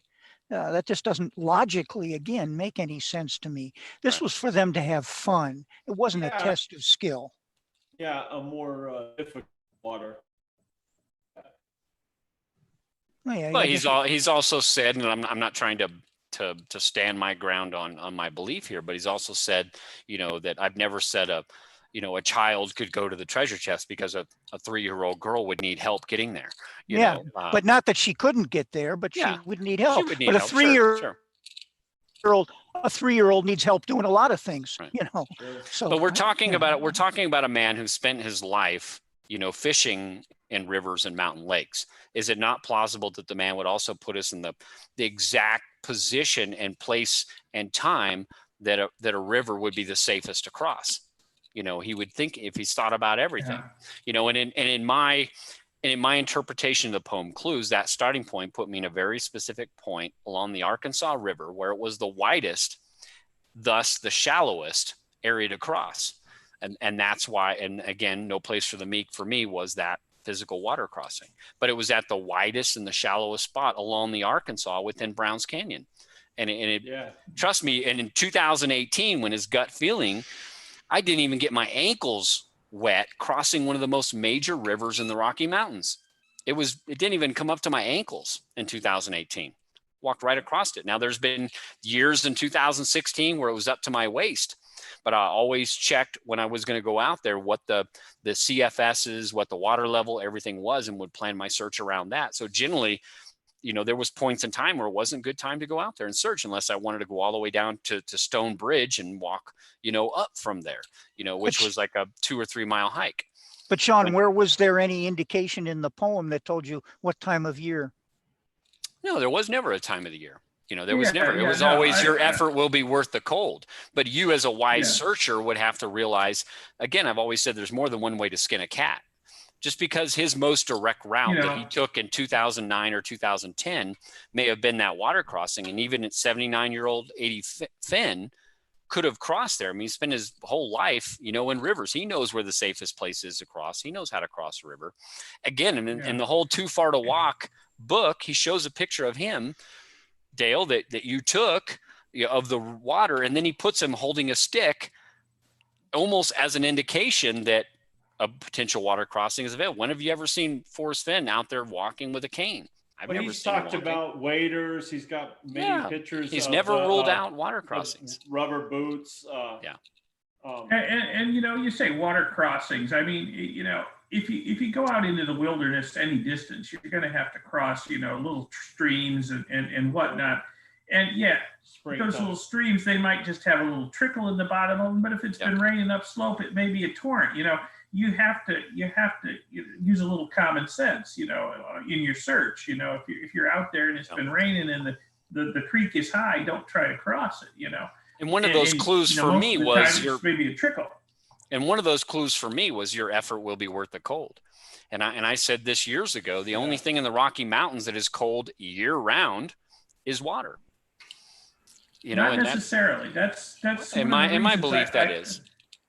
One of the reasons I liked my search area, beyond all of the other stuff that seemed to fit the poem, was that it's bloody cold up there. It's just below his high altitude limit. Sure. I've been in whiteout blizzards up there late in June, and it's cold, up there. Mm-hmm. And so it's like, well, it's worth the cold to go up there and search around where I was searching up in the Tusis Mountains. So yeah.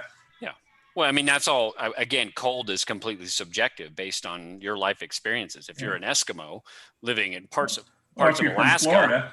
Yeah. If you're from Florida, I mean, 55 degrees is you're wearing freaking wool sweaters and pants and, snow boots, so, I mean, it's completely subjective. But again, the only thing that in my mind is cold year round in the Rocky Mountains is water, So to me, our effort worth the cold was not a confirmer, but a clue towards that there was a potential you had to get wet. And he never ruled it out. Again, even when given the opportunity by, the New Mexico State Police trying to get him to cancel it after Paris Wallace died, he still wouldn't do it. And he put out his safety messages. You don't have to move any large rocks. You don't have to cross any steep precipices. And then he goes into fucking talk about waders. He didn't say you don't have to cross any water. You don't have to get wet. He just said the treasure chest is not underwater. Right. Okay. What the hell? I think it's a little annoying, this whole thing. No insults to Forrest. I just think, man, we got a puzzle here. It needs to be, the story needs to be told, man. We'd like it to be told. Yeah. We'd like it to be. What Decall wants is closure. Sure. Is what he wants. So that's what a lot of people want. But and I think I wrote this on Harry's a while back after the treasure was found and people were complaining and that we need to hear the story. We need to hear the story. Well, you were talking, Sean, about second place people. If the story never comes out, it allows everybody to believe that they were the second place person. And what's wrong with that? Yeah, that's what I'm thinking. I'm thinking, that what's the downside for Forrest to leave everybody thinking they were in second place, right? Immortalized, The whole thing is going to be legendary, just like Jack says. The legend is perfect, if the mystery stays alive. Yeah. So I got to ask you, Dale, what's the future hold for you? You've said on July 4th that this will be your last post. It's we're not going to allow any new posts unless Forrest Fenn puts something out. I'll post it here. What's the future of your website? What do you have plans in your retirement? Are you going to do any other kind of treasure hunting? Do more film stuff? Do you have any plans or that you want to share? Or in terms of looking for treasure, I haven't found one that has piqued my curiosity like the one we just finished. Sure. So far, no. But I love to travel. I love road trips. Kathy and I love to do that. COVID was is kind of a strain on us for that. So that's why we bought the little travel trailer. We hope that we can continue on our road trips as long as COVID doesn't get worse and worse and worse. Yeah. And not have to stay in motels and hotels and cabins. Although I like that aspect of traveling on the road, I like staying in cabins and little out of the way motels that nobody else stops in. But so we still continue to travel. I don't know about another treasure that I haven't run across one yet that interests me. And the blog, I think that the blog has, and I think all the blogs do, have a lot of value in the future to somebody who wants to do a psychological study or a sociological study of, Yeah, of both. treasure, Yes, yes. of treasure hunters. Yeah, yeah, Yeah. And so abnormal psychology. Yeah. Yeah. and so I'd like to make it, I'd like to archive it somehow just for that. Even if it isn't publicly available, you know, somebody wants to know about it, I can send it to them or something like that, so that but it's going to be up there for at least the next 6 months, because I paid for that. After the 6 months expire, it may disappear. Yeah. Mike, what about you? Well, I'm really busy. So to tell the truth, I haven't done much hunting for the treasure in the last couple of years. So really just been way too busy with it. All kinds of stuff going on. We own a lot of properties. You know, being a landlord keeps you busy. A lot going on. We just bought the new place in Wyoming. Gold videos. Those are great videos you've been putting out. Oh, thank you. Yeah. The gold recovery from E-Scrap. That's a lot of fun, you know. And so it's just been really busy. Now, I have been a treasure hunter for a long time, even before the thrill of the chase came along. It got my attention because I was already a treasure hunter. There's a lot of legends out there about lost treasures and things. When I was younger, I wanted to go look for the lost Dutchman, but I wouldn't do that now because I'd probably wind up dead out in the desert, you know, pretty quickly.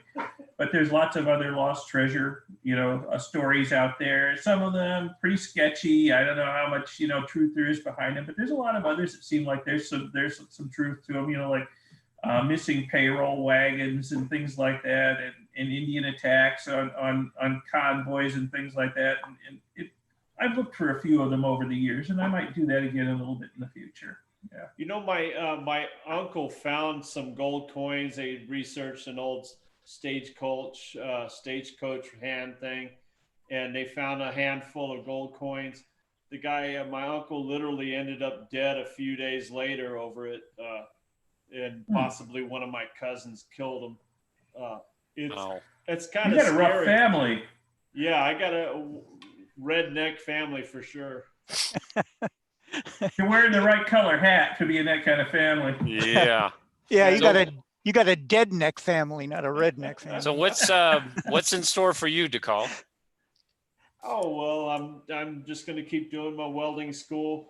I'll be waiting for the phone calls when the story comes out. I'll write Forrest a couple times a year and ask for this thing to move forward. I won't pester him. Yeah, I want to know. I don't think he owes it to us. I don't necessarily think the finder owes us anything. But come on, we're all playing this game together. I don't think it's too out of hand for anybody to divulge the solution to this. Maybe Forrest can figure out a happy compromise for everybody involved and figure out a clever way to reveal this kind of. I think there's got to be a clever answer here where Forrest Fenn can stay the storyteller, finish this the right way. I think it's all possible. Yeah, I think there's more to the story, the rest of the story, so to speak. But I'm definitely not holding my breath for it. Me either. You know, I'm not sitting on pins and needles. I'm comfortable with where I'm at. My wife's always asked me that question. You know, do you want to know that you were right, or do you want to know that you were wrong? And I'm pretty. What does Forrest always say? I don't care either way, so to speak. You know, it's over. Somebody else found it. We obviously weren't right, the vast majority of us. But I'm happy that I had a great adventure, you know, with my family and some of my friends, and those of you out here in the search community. Got to communicate with a lot of you guys, and it's been good. It's been fun. It has been fun. You know, I've got to see a lot of places I might not have got to otherwise, and I met a lot of neat people. You know, I've met a lot of our fellow searchers, and I've actually searched with some of them, and it's been a lot of fun. Yeah. Absolutely. Yeah, that's the best part for me. I think it has been all the characters that I've run across and had an opportunity to meet, talk, sit down, and have a Pepsi with. I mean, I really did enjoy that part of it, because I'm not a terribly social person and I have no real reason to be. But the blog brought me in contact with a lot of people when I was out searching, and I really did enjoy meeting those people. So I'm gonna miss that. So that segues into my next thing, and I'm going to ask us in reverse order and go the opposite way. But Decall, is there any last parting words? If this is the last show we do and we never hear anything else, are there any last parting words that you want to say to any of you other fellow searchers out there, people you've met along the way, anything like that? Well, I think the friendships are real. I think it's great that you actually start to get to know people like Dale and Mike and Sean Dodson. They're true friends for life. And there's many other great people. I think it's great. I get to see K-Pro and Mike Cowling here in Vegas now more often. And there's just dozens and dozens of great people that we have a real friendship. Anybody you want to, I'm easy to contact. Just Gmail me, decallthomas@gmail. You need something in Vegas, let me know. I'm happy to help out. This is my town, so I got a trailer hitch that needs welding. Can you help me out there? Yeah, let's do it. It might not make it all the way to Florida. I think you're going to have to pay for him to fly out to Florida. Hey, whatever He'll you meet wanna up do. in Wyoming. We can definitely do some welding. Anything metal. Mike, how about you? Anyone, if this is the last video we ever do or communication we get to do, is there people you want to say hi to or that you personally got to meet and talk with that you appreciate? Oh yeah, definitely. I had a lot of fun with several people over the years. NTMI. I think some of you know his name. He's a great guy.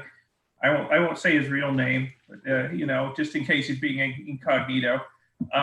Daisy May, who's not around much anymore, but she's just a truly wonderful person, great person. Presby, good friend of mine. We've searched together, great guy. I'm probably forgetting a few people. I've met a lot of people over the years. Zelda, I'm sure I'm forgetting a lot of people, but it's been a lot of fun. And I'm sure I'll stay in contact with some of these people. NTMI is always inviting me up to go out to the casino in Colorado with him, and Presby and I talk a lot off the blogs. So I'll stay friends with some of these people for life, I'm sure. So it's been a really great experience that way.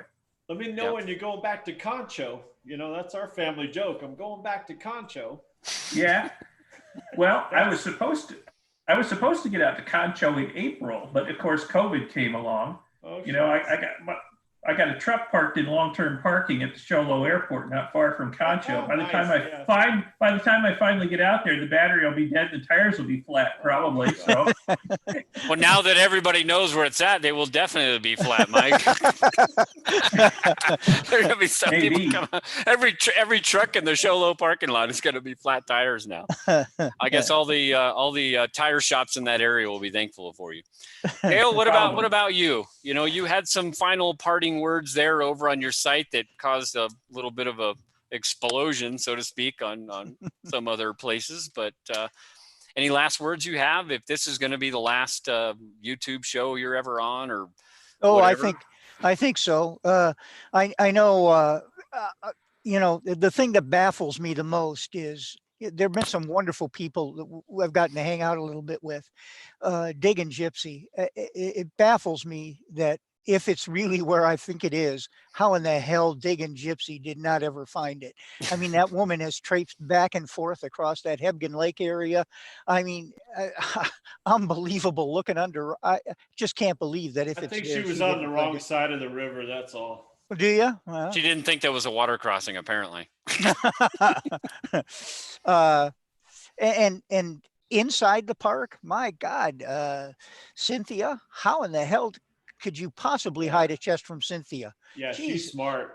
I don't, so. I don't know about smart, but she is fucking tenacious. That girl is. Yeah, her notebooks. Yeah, her notebooks. Yeah, she is tenacious. Yes.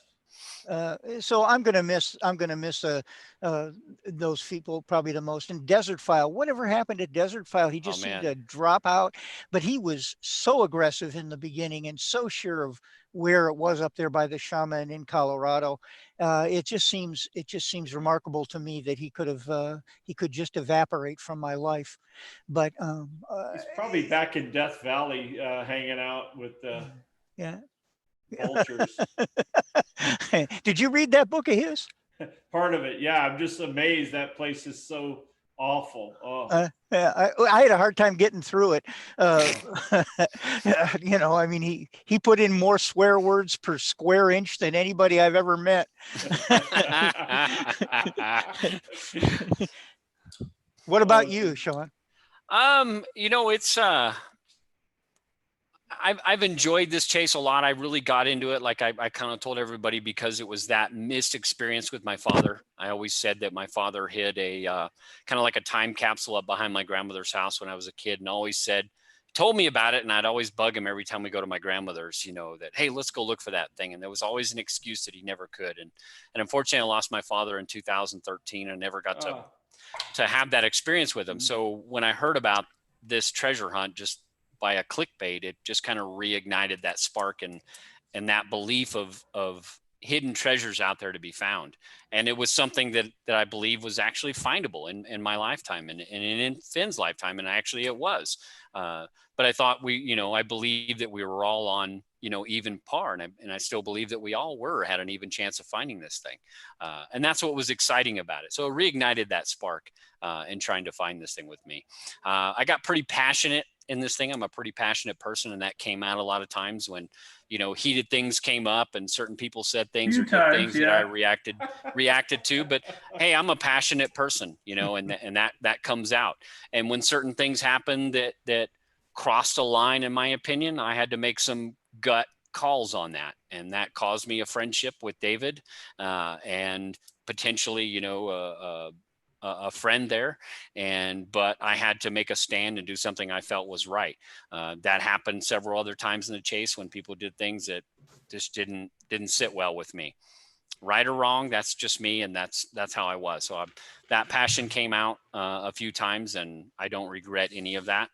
And but I don't hold grudges against people. I've always said that, and I've always reached back out to certain people and tried to mend those fences and to give olive branches, and I've always said at the end of this, when this thing is done and over, all the pawns and the kings go back in the box, and hopefully we can all sit back and have a beer together.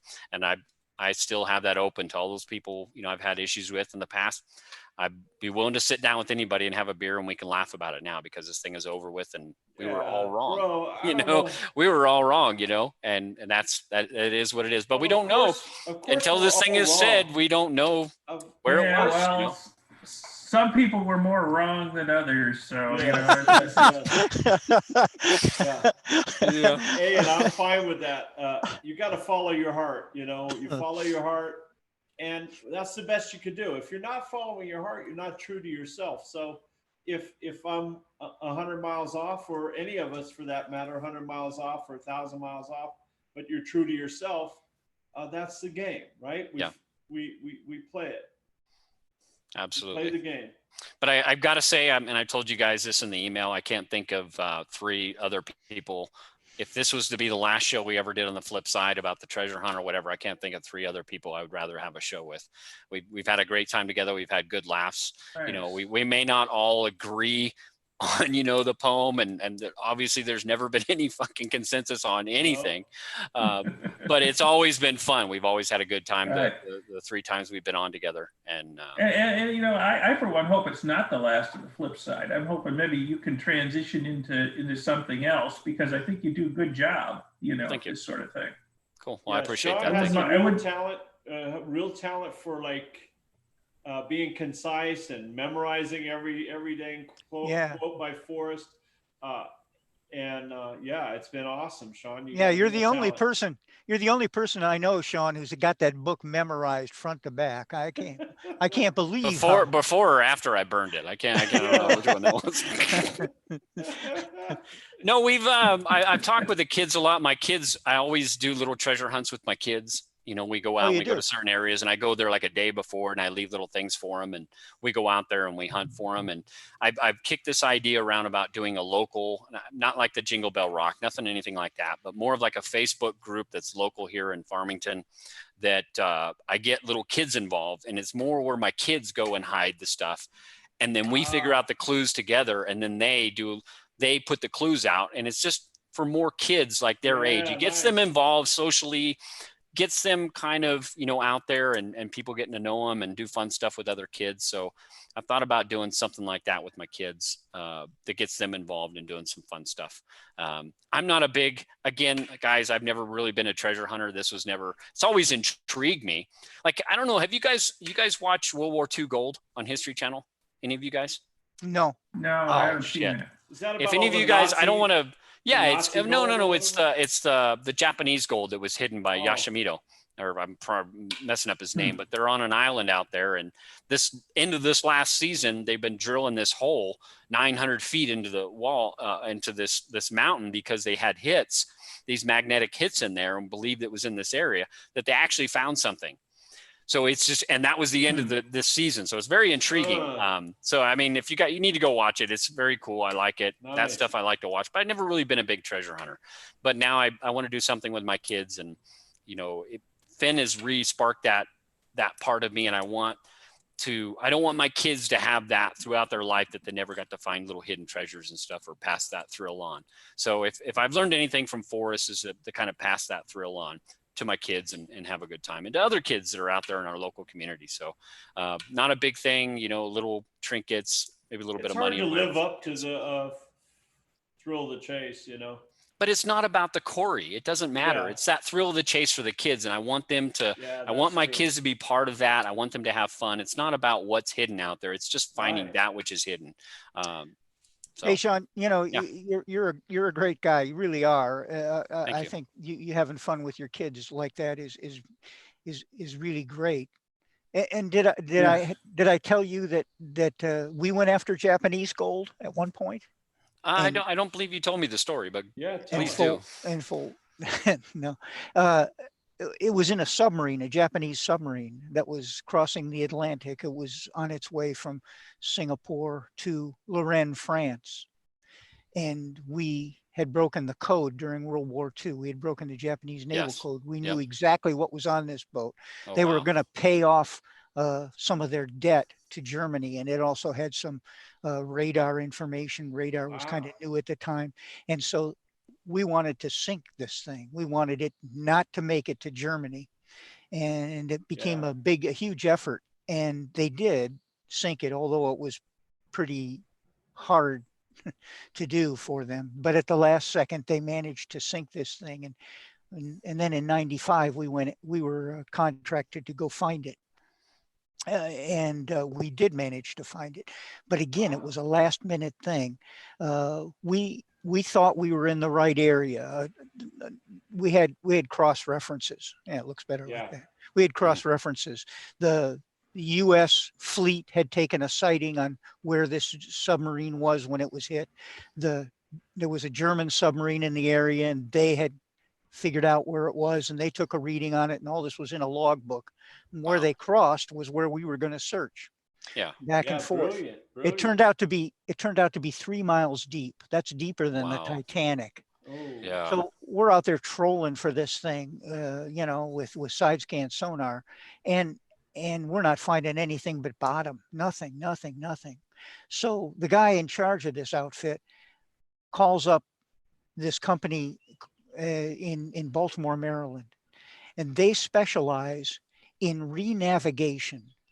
They take things that everybody has lost, and they go back and look at the weather, the tides from this period of time. And it turns out that the American fleet didn't know where they were. Oh. Wow. They were out of place. A German submarine and a Japanese submarine met in precisely the right place in the middle of the Atlantic Ocean with no radio communication, and using the same navigational skills that our whole American fleet had. Wow. And they come together, but the American fleet is way off. Yeah. Wow. they got screwed. And so that's why it took them so long to sink this boat. But anyway, it turns out this renavigation outfit said, oh, well, based on the tides and the weather, you guys need to move over 15 miles.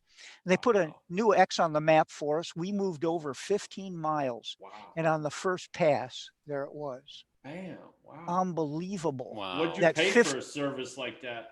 I don't know what he ended up paying, but my God, Have they recovered it or they just found it? Oh, they found it. They can't, it's 3 miles down. Yeah. Technology isn't there yet to get it. Right. Grab them bars. Yeah. Well, that's what we hope. There's always a pile of stuff that falls out of boats when they're hit. And so we looked in the pile, with the mirror subs, Russia's mirror subs, and tried to find the damn, a box full of gold, but that didn't happen. Found a box full of heroin instead. Oh. Yeah. We know who's missing that sub. Yeah, exactly. What do you do with that? It went back. I've told you before, side. Dale, and we've talked, several times offline, in some of our Zoom meetings afterwards, and you've just got some amazing stories. And man, we just need to do a show once a month with you or something. You just tell us one of your freaking amazing stories. Like we could just go on and on about them because you do have some amazing, great stories, and you're a great. I hate to say storyteller because you're telling truth, but you have a great way of just telling stories and reciting things to us.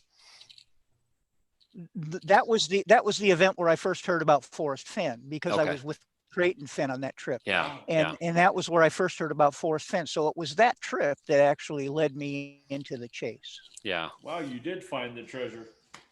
Yeah. Yeah. Found a treasure. Do you have other plans for treasure hunting, Dale? Or anything like this? No, I'm 72. I just don't have the spirit anymore to put up with what you have to put up with to do that kind of search. That's just beyond my skills. Creighton is still active. He's still doing it, but he's 10 years younger than I am. So sure. But it's not easy. It's hard. Have you talked to Creighton here recently, or when was the last time you ever spoke to him? I'm sure you guys still communicate, right? Oh yeah, we communicate from time to time. The last time I communicated with him was a few weeks ago, and he wanted to talk politics, and I won't do that with him. We're politically adverse to one another, and so really? I can talk with him about anything, but not politics. Oh, right. That just turns bad. Has he said anything about the find? Did he say anything to you? I'm just curious. Well, I was curious because when I was looking over some of those gold coins, I thought, well, I wonder if any of those came from Creighton. Yeah. And so I asked him about that. I said, "Hey, Creighton, were any of those gold pieces in the box yours?" And he said, "No, he didn't give Forrest any gold pieces, but there may have been a piece of 8 in there, which would have been silver." Oh, yeah. That he provided. That would have been way cool. He didn't know if there was a piece. Yeah, I didn't see any black and silver in there other than the bracelet. Yeah. Interesting. Well, guys, I kind of want to wrap it up. I've got to go get the kids here in a little bit. They're over at my brother-in-law, so for the night, it's getting late here on the East Coast. Yeah, absolutely. Again, guys, I want to. I said in the email to the 3 of you guys, I couldn't think of 3 other people I would love to do a show with if this is to be our last show. About the Fenn treasure, than the 3 of you guys, and I appreciate you taking the time to come out and chat with us. The time, again, I think time is our most precious commodity, so I appreciate you guys spending the time with us and the community and all of you guys in the chat room. I know I pretty much completely ignore you guys in here, but I wanted you guys the opportunity to listen to us talk about, how we feel about the chase right now. And guys, I'm pretty content and ambivalent whether we get any more information, about the chase. But if we do, maybe we'll talk again. Who knows? Well, it's out of our hands, right? I'll leave it open. I'm not going to say I'm moving on. I'm just saying for now, I'm pretty happy with where we're at right now. It's been a great pleasure, Sean. I'm really pleased to have gotten to know you guys, and I've had a great time being on your show. Oh, great. Thank We you. appreciate that. We love Yeah. having you on here. I remember when Decall and I were talking, we were first started doing the show. I said, man, wouldn't it be great to get Dale Neitzel on this? And what did you say, Decall? Oh, what did I say? I don't know. I have to ask him. You probably said that fucking asshole. I don't want him back on here again. I don't know if if he used those colorful metaphors, but No, I was just no, we were impressed with- excited about the opportunity about having you on here, Dale, and man, it was such a fun show when we had you on here, and we had a lot of great laughs, and I think it opened a lot of people's eyes to who Dale Neitzel really was. We just knew you, as the owner of the blog and on a couple of videos and stuff like that, but we never really got to know you, kind of cutting loose and having fun. And that was a good time. I remember Forrest sending me an email after that show, because he said he did watch the show, and he was like, "You guys drink too much. You take too many sips and blah, blah, blah," and everything else. That was his big criticism. Yeah, he was just kind of going back and forth, and then we were laughing about it, but he definitely enjoyed the show, and it was great having you on, Dale. And again, every time you've been on, I think it opened people's eyes about who you really were, and and you were just a very personable, likable guy. Well, thanks. So, Yeah. and I think again, you just don't know how a person is until you really meet them, Dale. And I did get the chance to meet you, Fenbury, in person too, and that definitely brings a different perspective. But I'm gonna miss Fenbury. I am gonna miss that. Well, we still can. I think, aren't they doing something up in the Yellowstone this year? I think they're Well, doing something at Fishing Bridge. Yeah, Cynthia's putting together that Sure. right up on Fishing Bridge. I don't know how they're going to get everybody on there 6 feet apart, but they're going to have to figure out a way. I think they're all gonna streak across it. Everybody's gonna streak across Fishing Bridge. That might be what they're gonna do. We'll have to go there and video that. But yeah. All right, guys. Well, it's been great show tonight. And I want to thank everybody in the chat room tonight for coming to join us here for a couple hours. Again, we wouldn't have a show, we wouldn't have anything if it wasn't for you guys, coming to listen to us and talk back and forth. Again, guys, I know I pretty much ignored you guys in the chat room, and that's pretty on par with how I always do a show. But it's been great. It's been fun. I appreciate all of you guys that have subscribed to the channel and been loyal to the channel. I appreciate those people that are critical of the channel too. Again, I'm a big pragmatic. I'm a very skeptical person by nature. So I don't, again, debate is always good as long as it can be rational back and forth, with everybody. So again, I appreciate everybody. I'm not saying this is the end of the flip side. I'm just saying for now, we're kind of just sitting back and seeing what happens, and we'll see where we go from here. Something big comes out, maybe we'll get together again and talk about it. But for now, we're just going to sit back and see what happens. And I think we should all be pretty content in that. So any last words, guys? Thanks, from you guys? Forrest. Thanks, Forrest Fenn. I really appreciate this game. You really changed people's lives. I think it's been good. Thanks, Dale, for your site. Thanks, Sean, for this channel. And thanks, Mike, for livening things up all the time. It's been great. It has been great. Yeah. I'd like to thank Ben too. Thank you, Forrest. It's been an interesting 10 years. It's been fun. Yeah. Don't thank Forrest. He'll just get a big head. Just don't. Well, He's not going to be able to get out of his house. All right, guys. Night, guys. Well, again, we appreciate you all guys tonight, and good night. And we will catch you all on the flip side. Have a good night, guys. Good night.